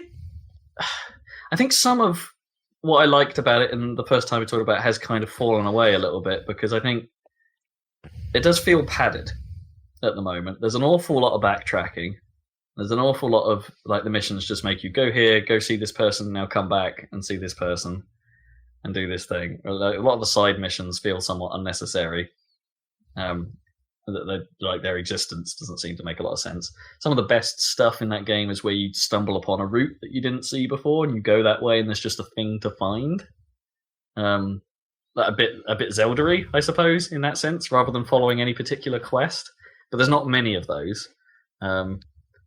Often leading to a new weapon. Basically, it's like, oh, you found a new found a route you haven't been to, and there's a weapon here on a pedestal. That's kind of nice. But yeah, the actual just going around the world and stuff is getting tedious. Having said all that, when the game wants to do a bit, like when the game wants to have a moment, when it wants to do a set piece, when something happens, it's pretty great. Yeah.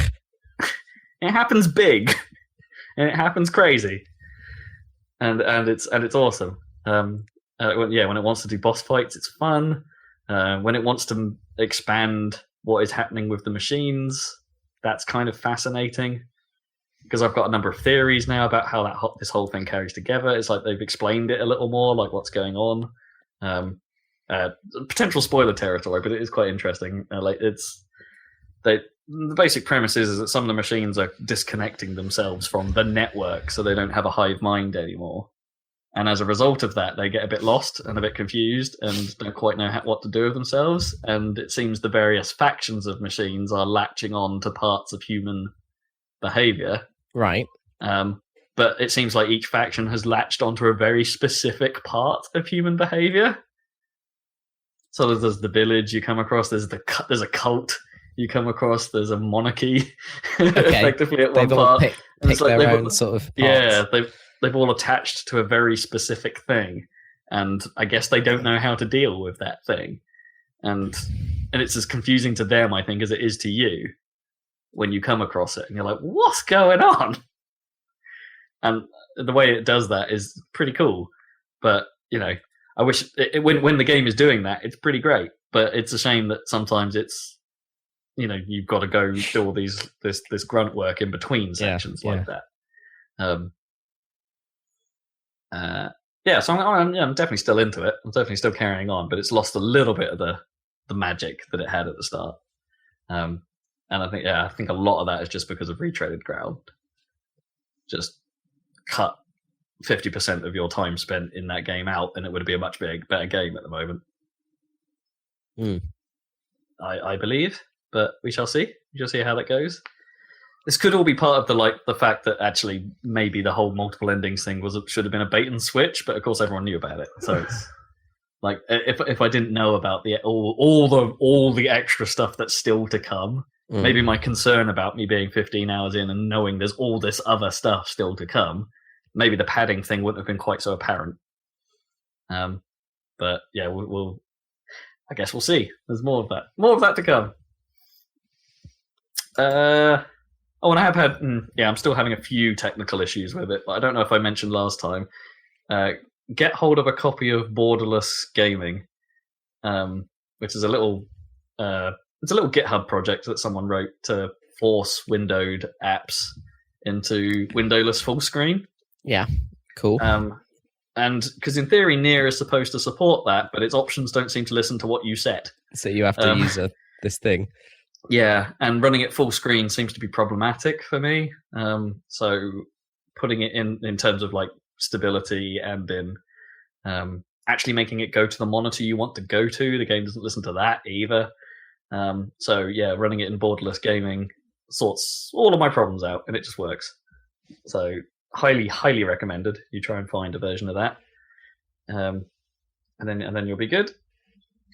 What else have I been playing? I got quite a bit into Tekken Tag Tournament 2. Yeah, I saw you playing that. Yeah, I fell deeper down that rabbit hole. How did that get started? Well, I was playing Tekken 7, and then a bit of me was like, well, I left my PC. Basically, it started because I left my PC a big job to do. Yeah. Like, I left it doing some encoding, and it's like, well, I better play something on the Xbox then. What am I going to do on the Xbox? Oh, I guess I'm playing Tekken. I'll just learn some more Tekken by playing a different Tekken. So I started, and I had it free from when they announced backwards compatibility, because I think Tag 2 was on Games with Gold that month when they right. started back compat with the 360. And so I had that, and it was just sat on my hard drive, and it's like, I'll just play some of that. And it's really, really good. It's probably better than Tekken 7 in terms of how it plays. Like, it's not quite as dramatic, but I like its systems, Right. and the tag system is interesting, if very hard to wrap your head around and get it to work for some of the combos and stuff. But, you know, that game has a proper tutorial and like teaching you how you should do certain moves and how how to actually do tag combos and how to actually what the bound is in that game, which is like that game's tweak to the rule set, which Tekken 7 just doesn't have. It doesn't have any of that. It doesn't teach you its new tricks. It doesn't really learn you the ropes of what Tekken is. Whereas this does an okay. It's not the best tutorial, but it does an okay job at it. In place of a story mode. That's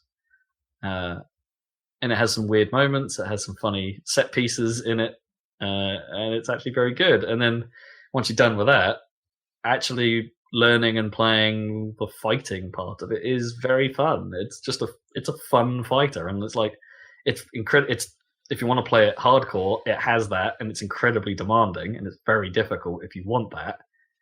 But if you don't want that, and you just want to like put it in a relatively easy mode and pick up a character you've never played before, you can spend a ridiculous amount of time doing that because there are so many characters. There's a ridiculous number. So I could probably be playing this for weeks and weeks and weeks without getting better at it, just going through every player's arcade mode. Because each time you're going to the next character with its own... Yeah. And I kind of don't mind that. I like it. It's really good. So I sort of fell down that hole for a while. And I'm trying to pull myself back out of it so I can actually play some more NieR. Did a tiny bit more Deadbolt. Nothing really to talk about there. I will get through that a little bit. I have played another couple of hours of Fault Milestone 2. Played, being the weird word. That thing gets a lot worse than how it started. Okay. It seems very keen on explaining itself the entire time, as it did in the first game, but sometimes it does it more than once to explain the same concept. Like it seemed very keen on explaining this is how a walkie-talkie works. And all the characters kept forgetting that a walkie-talkie was a thing. Because I guess it's not a thing in their world. Well, it's like it's a new thing. But they kept forgetting about it and they kept explaining it. And like 3 or 4 times, they're like, yeah, we've got this thing. And it's also falling into the territory of like, okay, it feels like it's been written like chapter by chapter by different writers. Like, so one writer's written a section and they've had this really cool idea about how this world might work. Like there was a language barrier problem at one point because in theory, the main characters can use an erratum to tune into the language of the locals so they can understand each other. Okay. But this android they've got with them, or non-human, I don't know really what you call it, hasn't got that, can't use mana in that way.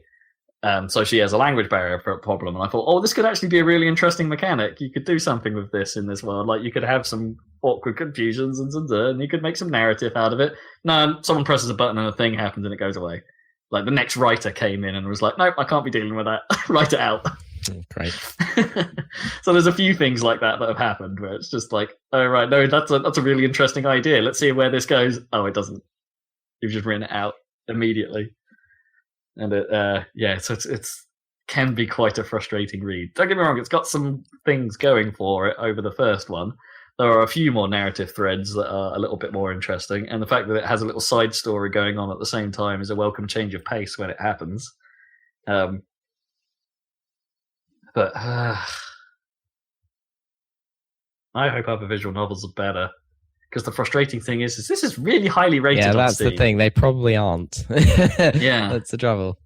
It's quite highly rated on Steam, and it's not setting a good example. Kind of fan likes these things, I think. But this isn't even one of those. It's not really... how do you pronounce it? Ecchi? It's not a boob game. Right. It's definitely not that.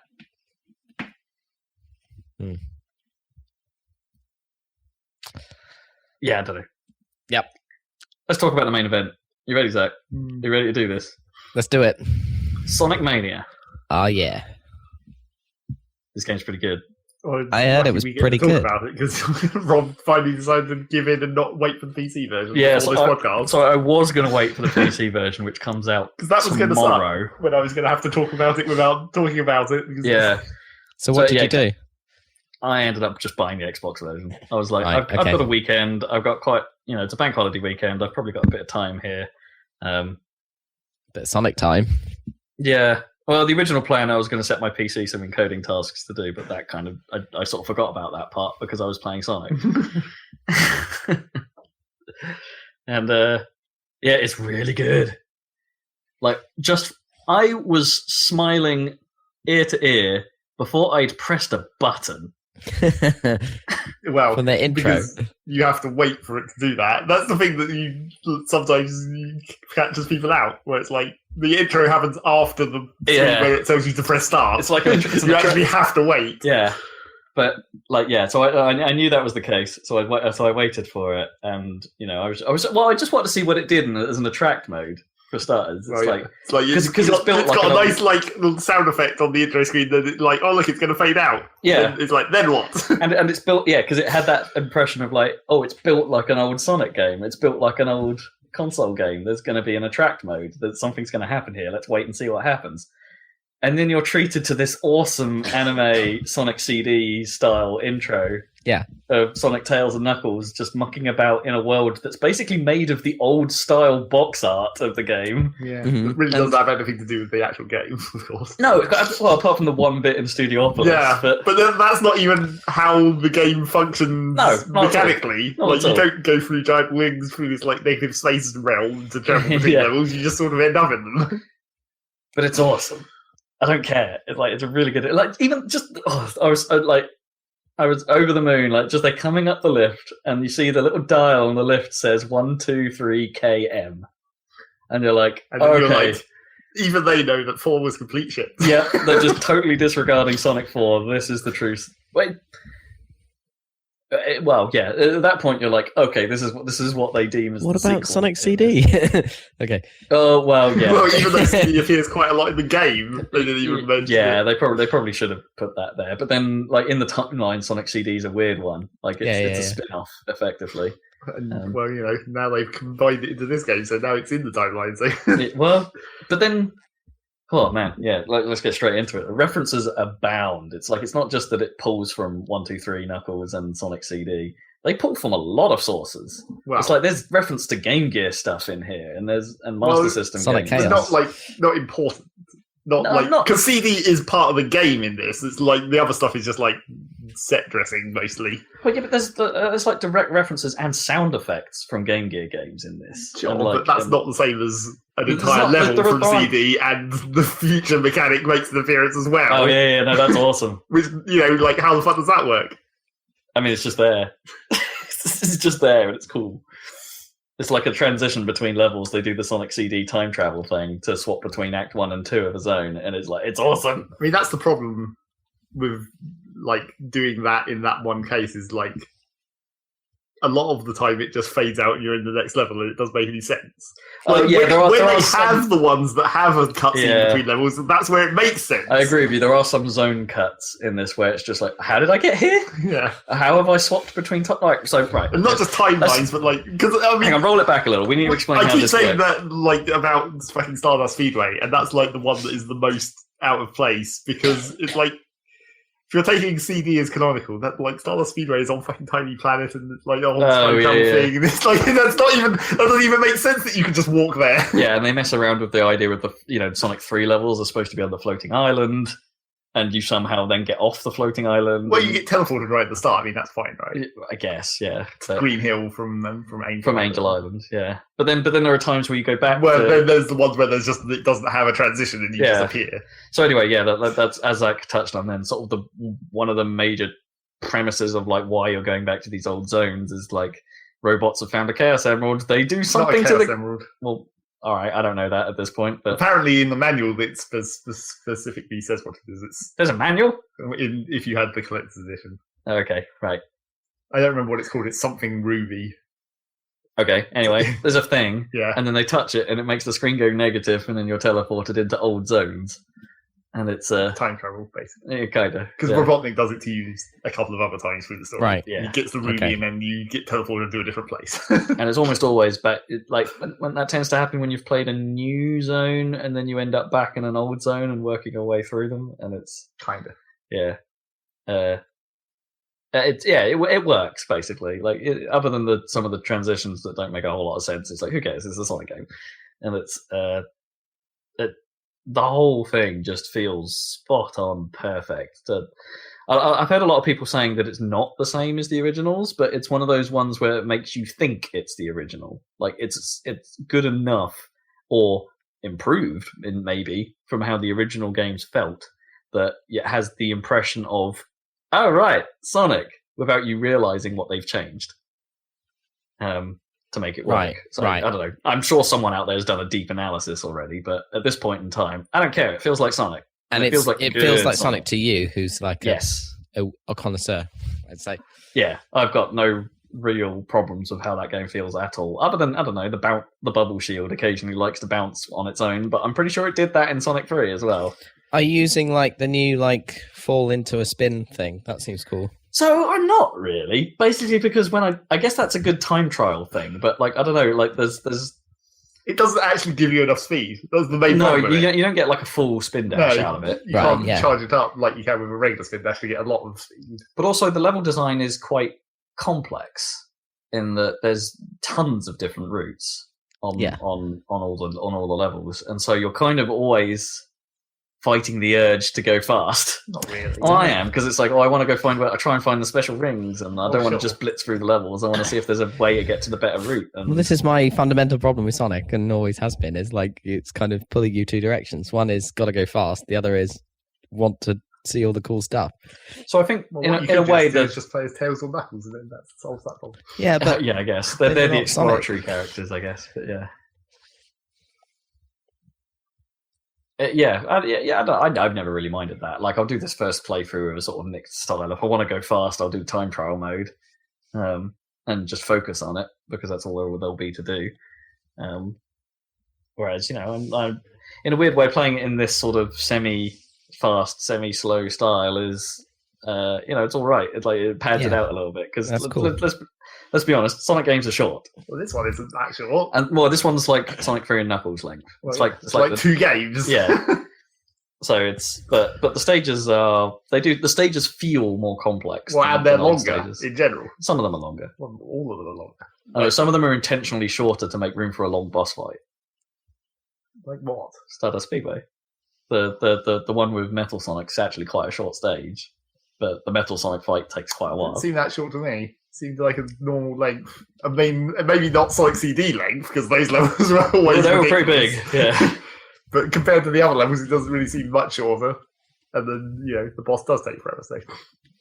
I think they've paced it well, is what I mean by that. Like, some of the levels are definitely longer and they make sense to be longer, whereas there are some that are nice and short and you don't feel hard done by that. I felt hard done by Mirage Saloon. It's a little short, yeah. Both of them, because the first one's just a boss fight essentially, and the second one is like not very long level. And it's actually quite a cool setting. Yeah, like they made this whole new level and new task. I reckon that bit. I haven't done it as Knuckles yet because here's the other thing. It's like when I sort of started a game as Knuckles just to explore a bit of the first Green Hill zone. Yeah, and went into it, and it's like, oh, this level is different. Not for very long though. But some of it is, and it's like it makes me wonder, like, how much of them is actually going to be different through this campaign, playing as a different character, and it's so I wonder if but there are bits where, like, at the start of Mirage Saloon, Knuckles gets knocked off the plane, right? So surely his Act 1 is different. Yeah, but it's not very interesting. All right, okay, and also not that long. It's probably longer than Mirage Saloon 2, but. It's very Knuckles specific as well. It's like it's all about gliding, essentially. Oh, right. And wall gliding. Oh, but that's cool. It's sort of nice, cool. Nice that they're leaning into that. And don't tell me what it is yet, but I haven't tried the and Knuckles option. Sure. I mean, you know what that is. It's exactly what it says. Well, I'm not so sure I know what that is, but okay. But that's a funny option. Just its existence is making me laugh. Just, do you want to turn and Knuckles on? Sonic Mania and Knuckles? Yeah, it's a hell of a game. few minor complaints, I guess. So I guess the mechanical one is I'm not a big fan of the blue spheres bonus stage, or the fact that there are so many of them.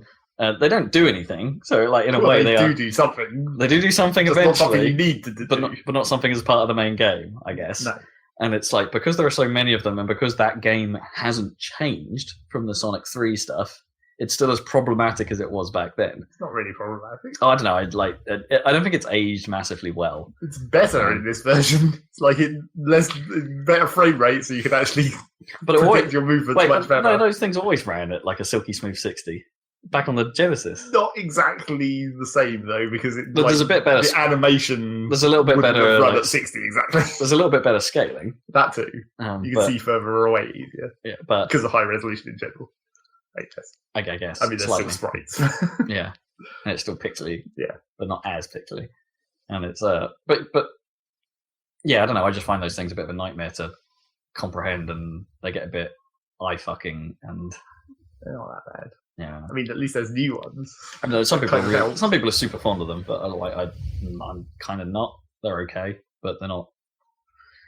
I think my problem is that you can get them at every star post if you've got enough rings, and the urge is like, oh, I've got to do that with me. Like, I've got to do that, and they just break up the game too much. Well, that's up to you to realise that they just unlock the bonus stuff, and then you don't have to. Yeah, but I want the bonus stuff. Well, then you have to. Yeah, but suck it up. I think that's a somewhat poor execution for how that could have been done. Maybe the big ring at the end of the level sort of thing. Maybe like you finish a level with 50 rings or more, and then you can do something. Then there wouldn't have been enough, because there's so many of them that you wouldn't have been able to get them all in one playthrough. Or you split it out into its own mode, like they did with Sonic and Knuckles linked on Sonic 1. Well, you unlock that at some point. No, okay then. Although it's different. You don't just play the levels. It's a randomly generated blue ball level. Infinite blue ball levels! Oh, God. But, there's no point in playing that, because at that point you unlock that, and that doesn't unlock anything itself, if you see what I mean. It's just a fun extra feature. Fun. Woo. But I like the, what do you call it? The new running stages. The 3D stages. The Chaos Emerald. Yeah, the Sonic CD style thing. Yeah, those are cool. I like those. I mean, they had the sort of problem whereby, like, how you drift in a Mode 7 style game is a bit hard to judge. Well, you just learn to not. I mean, what do you do when you hit Mach 3 and you're jump on every corner? Oh, just jump. Okay. But you drift in the air. Not as much. Oh, okay. It, cancels your momentum quite quickly if you turn in midair. So you just use that on all the right angles. Still, those are a lot more fun. Bit too much. It looks like there's a bit too much of the old bloody special stages with the balls. Yeah, that's what we were talking about. There's loads of them. There's like 40 or something ridiculous. I never liked that in the original one. I mean, it's fine. Yeah, but...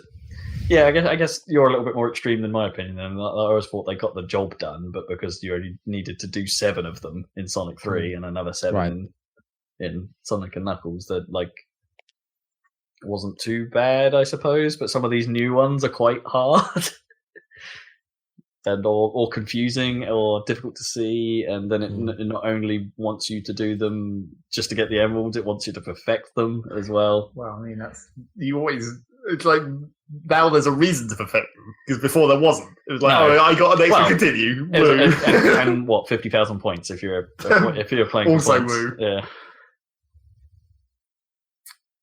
On the plus side, at least it when you start completing more of them, it removes the ones that you've completed from the cycle, so you only see ones that you haven't perfected or completed. So when I'm not sure how it decides, because towards the end, well, not really the end, there was a point where I was seeing 3 levels repeatedly that I'd never completed. Oh, right. But so it wants you to do those before you go and try do and the perfections, right. Yeah. So it was that was slightly strange, but I guess that sort of makes sense. Quite helpful. I guess it depends what unlocks from what, because you just go back to the menu and it tells you you've unlocked stuff. It doesn't specify how many of those medals unlocked what. Yeah. It only rewards you with that once you're done with it. Yeah. Yeah. But that's fine, I guess. So, at least you can guarantee that if you have got the gold medal, you're done with that stage. You're never going to see it again and have to pointlessly play it. Mm. Unless, I don't know what happens when you get all the gold medals. Maybe you can just go into them whenever you want, maybe. It has been done. I did see there was an article about here's what happens when you get them all. Sure. But I don't Obviously. know. I obviously haven't read it. No. I don't want to. My other very, very minor gripe is I wish they'd leaned a little more heavily into how the Genesis games sounded musically. It's like, I don't have a problem with the sound, but they've leaned into that sort of Sonic CD feel. Sort of. They haven't gone far enough away from the Genesis sound to make it feel grungy and enough. But they've also, when they've gone down the CD route, I don't think they've gone mental enough with it. Like, it's not like the Japanese or American soundtracks to Sonic CD. It's not quite as bombastic as that. So some of the remixes of like somewhere they've messed around with it are quite good. But what would you want? I don't know. You have the original song on stage 1, and you have the remix on stage 2. No, I think to me it's just like things like I think it's just an instrument choice and a production choice sort of thing. It's like it's pretty close. It's like they took what they perhaps intended to do with a Genesis but couldn't quite do it back then, and this is what they envisage it would have sounded like had they had slightly better hardware. But I don't like that. It feels like, the synths are now a bit too smooth. The drums are a little less punchy. The hard noises aren't as hard. I don't know. It's like there's something to it that just feels a little flatter than it used to. Not quite as stand out. When the game just like changes its style up, like for like the sort of, I don't know, hip hoppy boss fight music and stuff like that, then it shines. Then I think it's really good. But the like some of the rearrangements of old music I don't think are quite as catchy as they used to be. And that's just me. That's just a style thing. I'm pretty sure others will really dig it. But I think they're fine. It's just the thing that I think makes the old ones less good is that they didn't extend the loops in most of them. Yeah, it's like really they could have, because like when you come to one of the new stages that has a new song, you realise after like for a couple of minutes you're like, oh wait, this song is still going. Yeah, it's not like the same 30 seconds looped over and over. Yeah, well they've done a little more variation to it. I know they have done some of the rearrangements like that. Like I think Flying Battery has a nice bit where they start filtering the various tracks, even though it's the original piece. They then start filtering the tracks in and out a bit to keep it a bit more audio, make it a bit more orally interesting. I didn't really notice that, but it sounded like the same thing the whole time. They sort of, I think they sort of dropped the bass out of the bass line, so it was just sort of like a little bit like a breakdown. It was kind of neat, but and in a weird way, Battery sort of suffers from the fact that like when they pull from Sonic 3. And to a lesser extent, Sonic CD, like those had multiple music versions, so they tend to pull from those rather than rearranging it as much. Like Flying Battery is a great example because they just take the Act 2 version of Flying Battery. Well, there's 2 acts, and they have 2 versions. Yeah, I know, but they do in that particular case they do less with both acts than they would have done on some of the other stages, like Green Hill 1 and 2, where it's normally the same music, and they did more to it in 2. Although they basically Sonic CD'd Green Hill Zone for Act 2, didn't they? They made it that sort of a bit more tropical. Sort of. Kind of. Yeah. But yeah. And a couple of glitches. We've got to talk about glitches. It does have a few. There's a very easily replicatable way to jump into a wall at the start of Hypo City. Oh, really? Well, if you know how there's a bubble shield to the left. Yeah. If you just hold left, you hit the top of the item box and it shoves you into the wall. Oh, really? It's like you can do it every time. There's an eject there that doesn't quite work. Huh. It's just like the clipping into the wall seems to be the one that I've seen the most, and it's like sometimes you can jump up, you can just keep jumping and you will eventually pop out, but if there's anything at the top of the wall then you get crushed. Like there was just spikes at the top of the wall and I jumped up underneath into them and it crushed me, and that counted as a death. Yeah, it's kind of annoying. I haven't had that. I haven't clipped into a wall yet. I've had camera problems where it forgot to follow me at the end of a stage, and so the camera kept going and just kept scrolling it indefinitely. And then and the next act started, and it had a little bit of a pause, and just sort of sat there for a while, being like, I don't know what to do. And then the camera moved back into place. Sonic and Tails ran onto the screen from somewhere. It was weird because it felt like the game was using its own mechanics to correct itself, which is kind of funny. But it's definitely not supposed to do that, because I played that level again because I didn't finish the level and had to restart it because it only saves at the start zone. So I did it again, and it's like, oh right, this is what was supposed to happen. But that was kind of funny. And I've also had Knuckles jumping into the floor during a cutscene and then pinging about the screen while the game tried to figure out where to put him, which was quite entertaining. Which is unusual that actually works. That's the kind of thing that will fuck up if it does get broken. If it's in a cutscene scripting. Yeah. It's like if the character's in the wrong position and doesn't hit a trigger, then you soft lock it and you're done boned. Yeah, there was like a hard, like the character must go here now moment, and it just sort of pinged him about and ended up in the right place, and then it was okay, good to go. So that was kind of funny. And there's one doing the rounds on the internet that seems pretty common, where people can get stuck in a bit of scenery that should crush you but doesn't, and instead just hurts you because it's a spike. And because you can't move, you get hurt, and then all your rings come back into you, so you never die. Except, do the levels have like the 10-minute time over? I wouldn't have thought so, because I've taken at least 9 minutes on some of them. No, wait, they do. Because it happened at EGX. Like, when Jamie was playing with us, she timed out on Studiopolis, trying to figure out where to go at the annoying clapperboard bit, or where you've got the little, I don't know, the wire and those little tiny little platforms you're supposed to jump on. She couldn't figure out where to go. So she timed out. So I guess it does have that. So you could time out, but there's just a restart option right there. But anyway, yeah, little glitches, which is, I don't know, a tiny bit surprising. But yeah, gotta love those references. Bit of Sonic Triple Trouble in there, of all things. Bit of Sonic 2 from the Game Gear, like its version of Metal Sonic is in there. Wow, if you call that Metal Sonic. Well, yeah, it was Metal Sonic in Sonic 2 for the Game Gear, but it's kind of not really. No. But it plays the Game Gear sounds, which is cool. Yeah. Not sufficient Spinball references. No Spinball references. No, there's 2 Spinball references. Is there?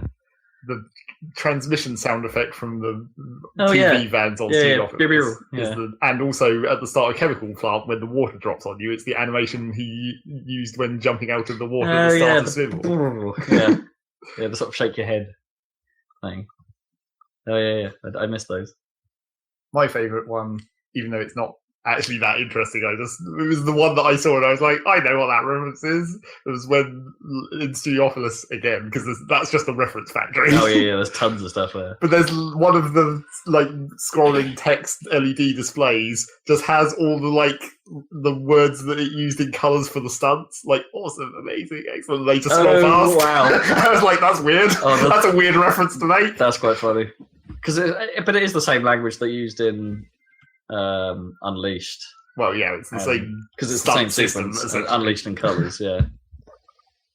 But that was the weirdest one that I noticed directly. I was like, "That's a weird reference to have." I bet there's probably very little that hasn't been added in some form somewhere. Yeah, it's really cool. The last boss kind of sucks. The last bosses normally suck. Well, I mean, the last boss, and also the last boss. Oh, okay. So the last boss, and presumably the Chaos Emerald boss, right? Yeah, they both suck in kind of different ways, right? I gotta admit that I think all the boss fights have been pretty good, apart from I didn't like Oil Ocean. Which one? The first one that's really boring, or the second one that's kind of annoying? The octopus one with the laser. Yeah, because that was rubbish in Sonic 2. Yeah, and they brought that back, and it's still rubbish. It's just a lot of waiting around. Yeah. And it's kind of awkward because there are ways it can insta-kill you as well, and I don't think it intends to be an insta-kill. Like when it pulls the platforms down, instead of you just landing in the oil. Because it's pulling the platform, but you're standing on the platform, and then you go immediately to the kill plane. You just for some reason fall to your death, and you don't slow like you normally would do. Or you don't pop off because gravity doesn't quite work like that. No. that can be quite frustrating. That one. That's where I have died the most so far, just because that sequence is quite irritating and always was. Like even the way those platforms are designed, right, where you can get stuck under them if you're trying to get back on top of them, and you just get shot. And it kind of sucks. But the first boss violation was like so much of that's the trouble. Like some of the bosses are just so much nothing. What was the first one for that? It's the mechanical handyman dude with the wrench and the things that pop up and they're meant to crush you. Yeah, that was kind of. You just hit him and then he just dies. Yeah, that was kind of naff. A lot of them have like you just hit them and they die. Like the fucking boss at the end of Pseudopolis where it's meant to be this cool thing with like the weather report and then it changes the effect in the arena and like the wind is meant to blow you off, you're meant to grab the thing, you're meant to hit him, and then like the sun he comes down, but you can just jump up and hit him. Yeah. It's just like you can finish that boss in like 20 seconds. It's really easy. A bit of me does wonder if there is like a boss rush mode where it makes some of those bosses like a bit. I mean that boss is harder with Knuckles because you can't jump as high as Knuckles, so you actually have to do it properly. Right, okay. Maybe that's something. Oh, and the Hydro City twist on the boss, that was cool. Also, not much to it. No, but in terms of actually doing it, but kind of a nice moment where they mess with the formula. It's really clever. Chemical Plant Zone boss, you know the one I mean. Well, yeah, obviously. That's awesome. This game does so many cool things. It's hard because a bit of me wants this to be a proper sequel, but it's not. It is like a greatest hits of but Sonic. Now it's canonically in the story. Yeah. And potentially might even lead into Forces. Really? Screw Forces. Some people have been suggesting that there's the way the end of this game turns out and like the Ruby thing. Oh, what, you reckon that might be the main mechanic for why Forces is what it is? Yeah, like the sound effect that it uses when you're warping with the Ruby is sort of similar to the sound with Infinite in the Forces trailers. Come on, Forces is clearly going to get a pasting. I don't think. But here's the thing: it's like I don't know. Sonic Generations is still a good game, right? Yeah. Not saying that. Yeah, it definitely is.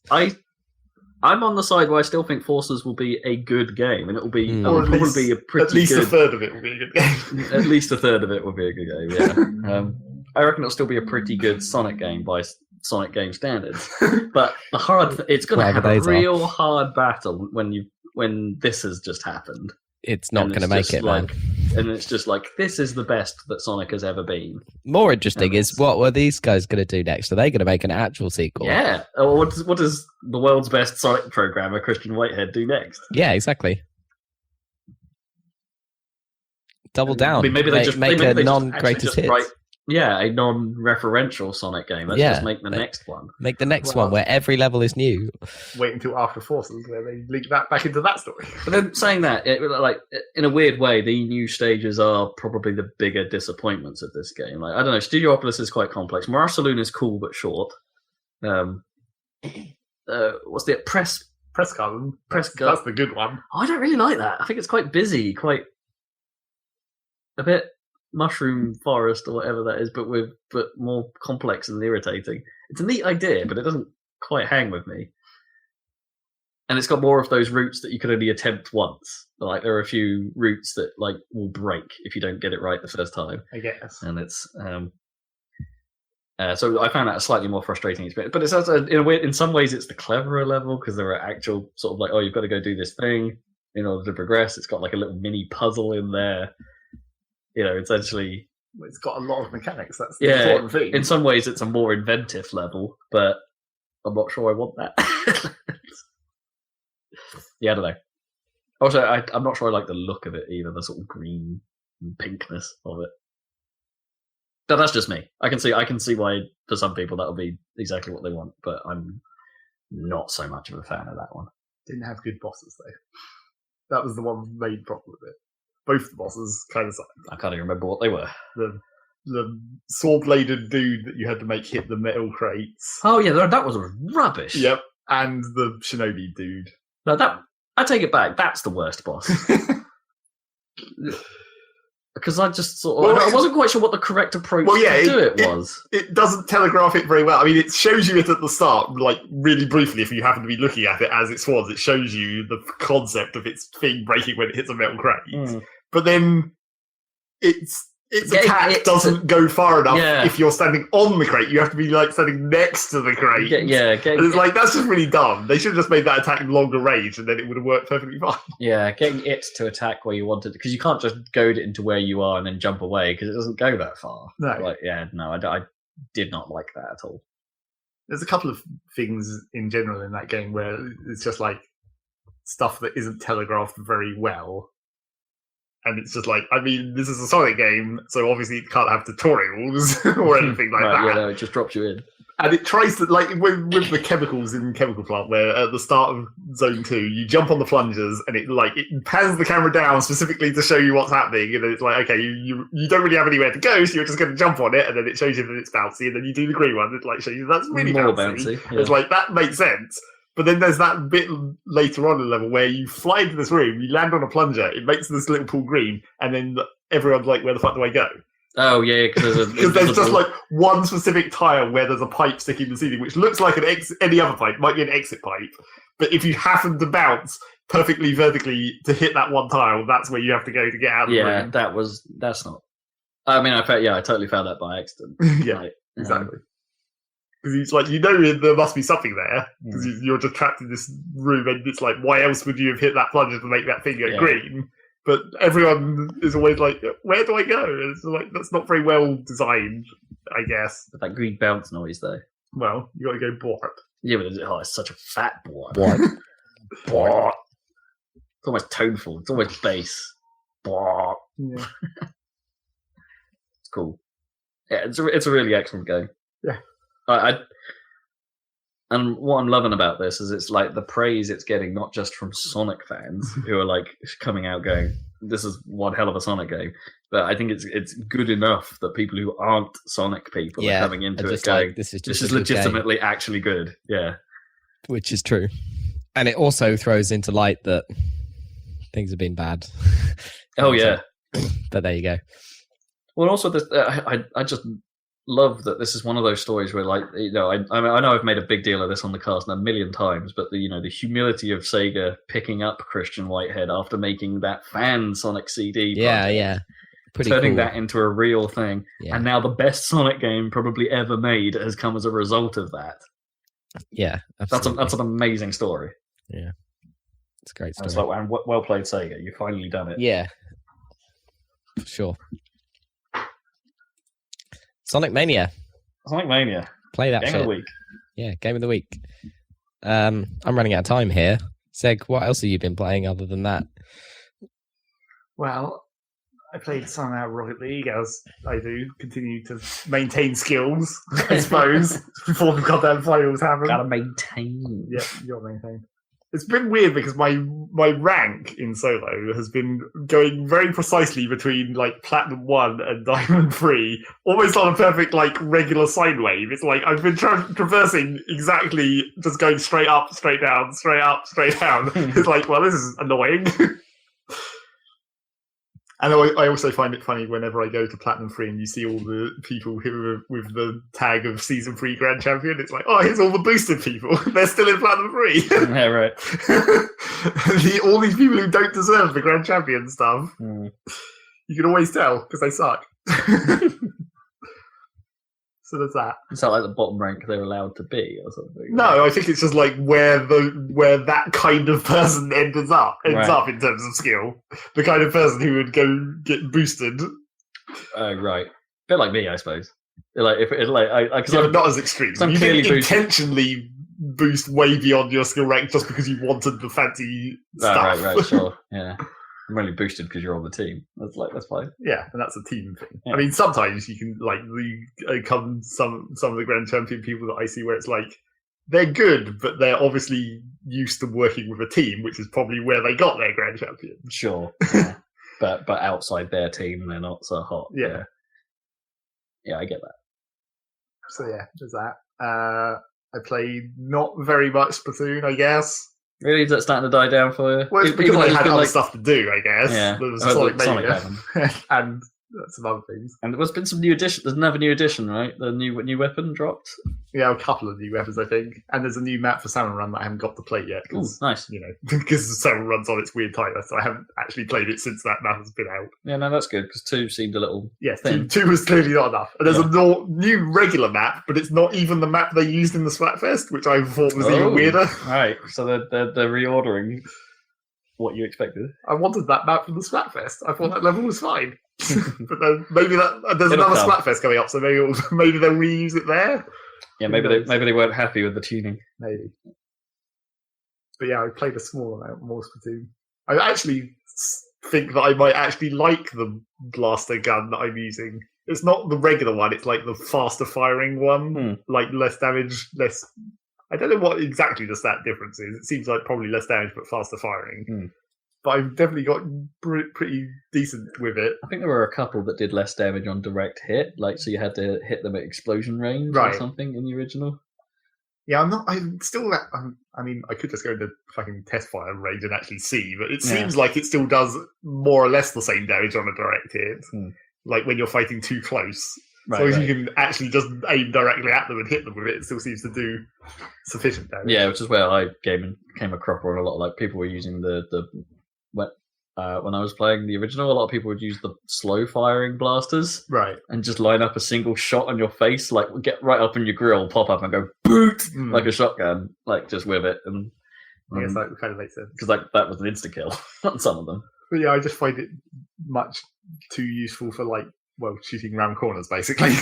It's just way too helpful to be able to suppress corners by just shooting at the corner when you know someone's going to... And doubly because you have the landmines. So you just I put a mine behind the corner that they're about to come around and then just shoot it. So even if they get through my shot, there's then a landmine. Yeah. It's just that's way too helpful. Nice. That's a pretty good combo. Doesn't work on all the levels, of course. No. Depends on how the choke points are arranged and that kind of stuff. But still. The only thing that sucks about that weapon set is the special is just the bomb launcher. No, right. You just chuck a ton of bombs around, but that's not actually that helpful. In fact, pretty much every time I use that, someone just runs up and kills me because I can't shoot them. You're quite vulnerable using it. Yeah. I don't know. Can you cancel out of specials? I don't think you can. No. I mean, it wouldn't be so bad if you could just shoot normally while you're doing the bombs, but. Because, with the Stingray, the sniper special, basically, that shoots through walls, you don't have to fire that continuously, so you can, reposition, which is important, because when you're firing it, you can only turn very slowly. Yeah. So if the target moves, you actually look like you have to remember to stop shooting, and then... Is that the one that looks a bit like some sort of, ink laser? Yeah, the beam. Sort of... They use it in Salmon Run, the enemies use it occasionally. That's not... very helpful. It's useful in Salmon Run, but fucking not very helpful in the actual multiplayer. But how about you, Dan? You've been playing much of this? Not lately. Yeah. Drifted off of it for now. Yeah, I've been trying to get my Zelda done. So yeah, that's important. Yeah, I finally figured out the dragons. Because there's a tutorial for the dragons, which I didn't realize. Essentially. Yeah, essentially. One of the shrines. Yeah. Oh, right. So that one I did? Yeah. Yeah, okay. Right. The one on the mountain or whatever. Yeah. So I did that, and then it was now I know what to do to get the stuff I need for all the others. So sorted that one out. That was awesome. Pretty fun going up there. Cool. I mean, that's way better than having to do the run, when you just see them in the world. It's because that one's way better. Scripted, that it's it's more. It's way it was more fun. super cool. I was enjoyed that a lot. That was awesome. Yeah. Yep. Sorry, I've just been doing my. It's been Zelda. Yeah, and traveling around the country and stuff. But yeah, cool. I shall get back to that. You've not been have you done in the castle at all then, or are you still just map trundling? Well, I want to get the shrines. So there's a couple up north. I need to do the maze up north and the maze down in the desert as well. Sure. So I'm going to go and do those next. That's on my list. That's the next thing to do. Can't be many left. Yeah, I've done those. Have you done any of the mazes so far, Dan? I've done the one in the top right. Okay, right. Yeah. Yeah. So I don't know. They're in a weird way, they're kind of my weak point for the game. I think the mazes just stylistically, they're kind of at odds, I think. With a lot of they just had to throw in giant walls because otherwise, what else could you do? It's really brown and ugly and. It's a maze. It's like that was. But it's ugly, mate. It's meant to be a constructed thing. That was the kind of point of it. Like, it's meant to be like ancient artifacts, essentially. No, they kind of suck. Oh, and I need to do the survival island thing. I still haven't done that since the beginning. Since I found it right at the beginning of the game when I had no chance of doing it. Right. Yeah. When I had like 3 hearts or something. Yeah, that would have been tricky. Yeah. So various things to do. Cool. How are we doing then? I think we're clear. Unless Zach's got something else he needs to cover. Well, I just played some more Factorio again. That went back into that. So he's got nothing else to cover. Let's go. Check out YouTube for that stuff. You can watch it play it for hours and hours. Continued uploading that ancient at this point playthrough. Yeah, it'll be funny because there's at least one video in that where I talk about something that changed in a patch. Oh, right. A patch which at this point is like 2 months ago. Right. Which is going to be weird. So the version you're playing, like with this 0.15 or whatever it is you're on, like that's no longer the most recent version? Well, that's like the major version. So the minor versions are the bits that get patched while they're making that version stable. Okay, gotcha. So that video is like immediately after 0.15 came out, and then some stuff got changed during the fixing cycle. So they're not up to date anymore. Now they're vintage. Well, they'll eventually be up to date towards the end. Okay. After that couple of patches where they change things. Don't follow my plan exactly. It's apparently the case. Plan is now broken. Well, check out YouTube for that video with that plan that you shouldn't be following, and other videos, I'm sure. And we'll be back in a couple of weeks for another Saladcast. Oh, I did just want to shout out one thing that I stumbled upon this week. When was GDC? It was a while ago now, right? Yeah. I didn't realise that Mick Gordon, the composer of Killer Instinct and more importantly Doom, had done a full-on hours presentation on how he actually did that. Right. Like, because a lot of the interviews and stuff you hear from him are just like, oh yeah, I messed around with some stuff and I plugged some things into things. Did we watch one of those? We watched the no-clip one of them. Yeah, that's right. And even that was just like, I did some stuff with some stuff. I had a concept and stuff. It was more about the story of why it came to be. But this GDC talk goes into the technicals of how he did it, and it's fascinating. Like maybe for you. Though. Yeah, I know. I really loved it. It's like how he made those ridiculous crunchy synths, and it's like, oh right, no, I'm going to have a really hard time copying. You can't do that. No, because it relies on analog equipment to make the fuzz, to make the feedback, to make the nastiness of that sound. But there are I've picked up some tricks from it, and I've picked up some plug-in suggestions that might be cool things to muck around with and try. It's a really good watch anyway, like because it tells the story whilst actually talking about the music making process. At a technical level, like you might be interested, Dan. He goes into the details of what all the pedals he uses are. Yeah, that's my jam. Exactly. It's really cool. Look it up. Mick Gordon at GDC. And sorry, that was my random shout out. I just thought it was really cool. I know we've talked about Mick a lot in the past. I just need to close that loop. It's like now you can know what you need to know. Cool. The loop is closed. I remembered one more thing that I could talk about very briefly because I only played it very briefly. They put a demo of Pokémon Tournament DX out on the Switch. Yeah. And I was like, well, I guess since it's a demo, I'll just play it because I can. Because there's something to do on my Switch. So I went in there and tried to play it. And, well, firstly, it's a Nintendo demo. So it's like, you can only play 15 matches. Except that's not true. If you uninstall it and reinstall it, apparently that resets the clock. Sure. But it's still a Nintendo demo. Yeah. And also, it doesn't, because it's a demo, it doesn't really do that great a job of teaching you everything. Sure, it just drops you in. And I was just like, how does this game even function as? Because I don't really know fighting games that much, really. I mean, I know them sort of. Yeah, you know enough to play some MVC. Sure. But then when you get to this, I'm like, this is just so weird, and it's like, how does this function as a tactical thing between two people?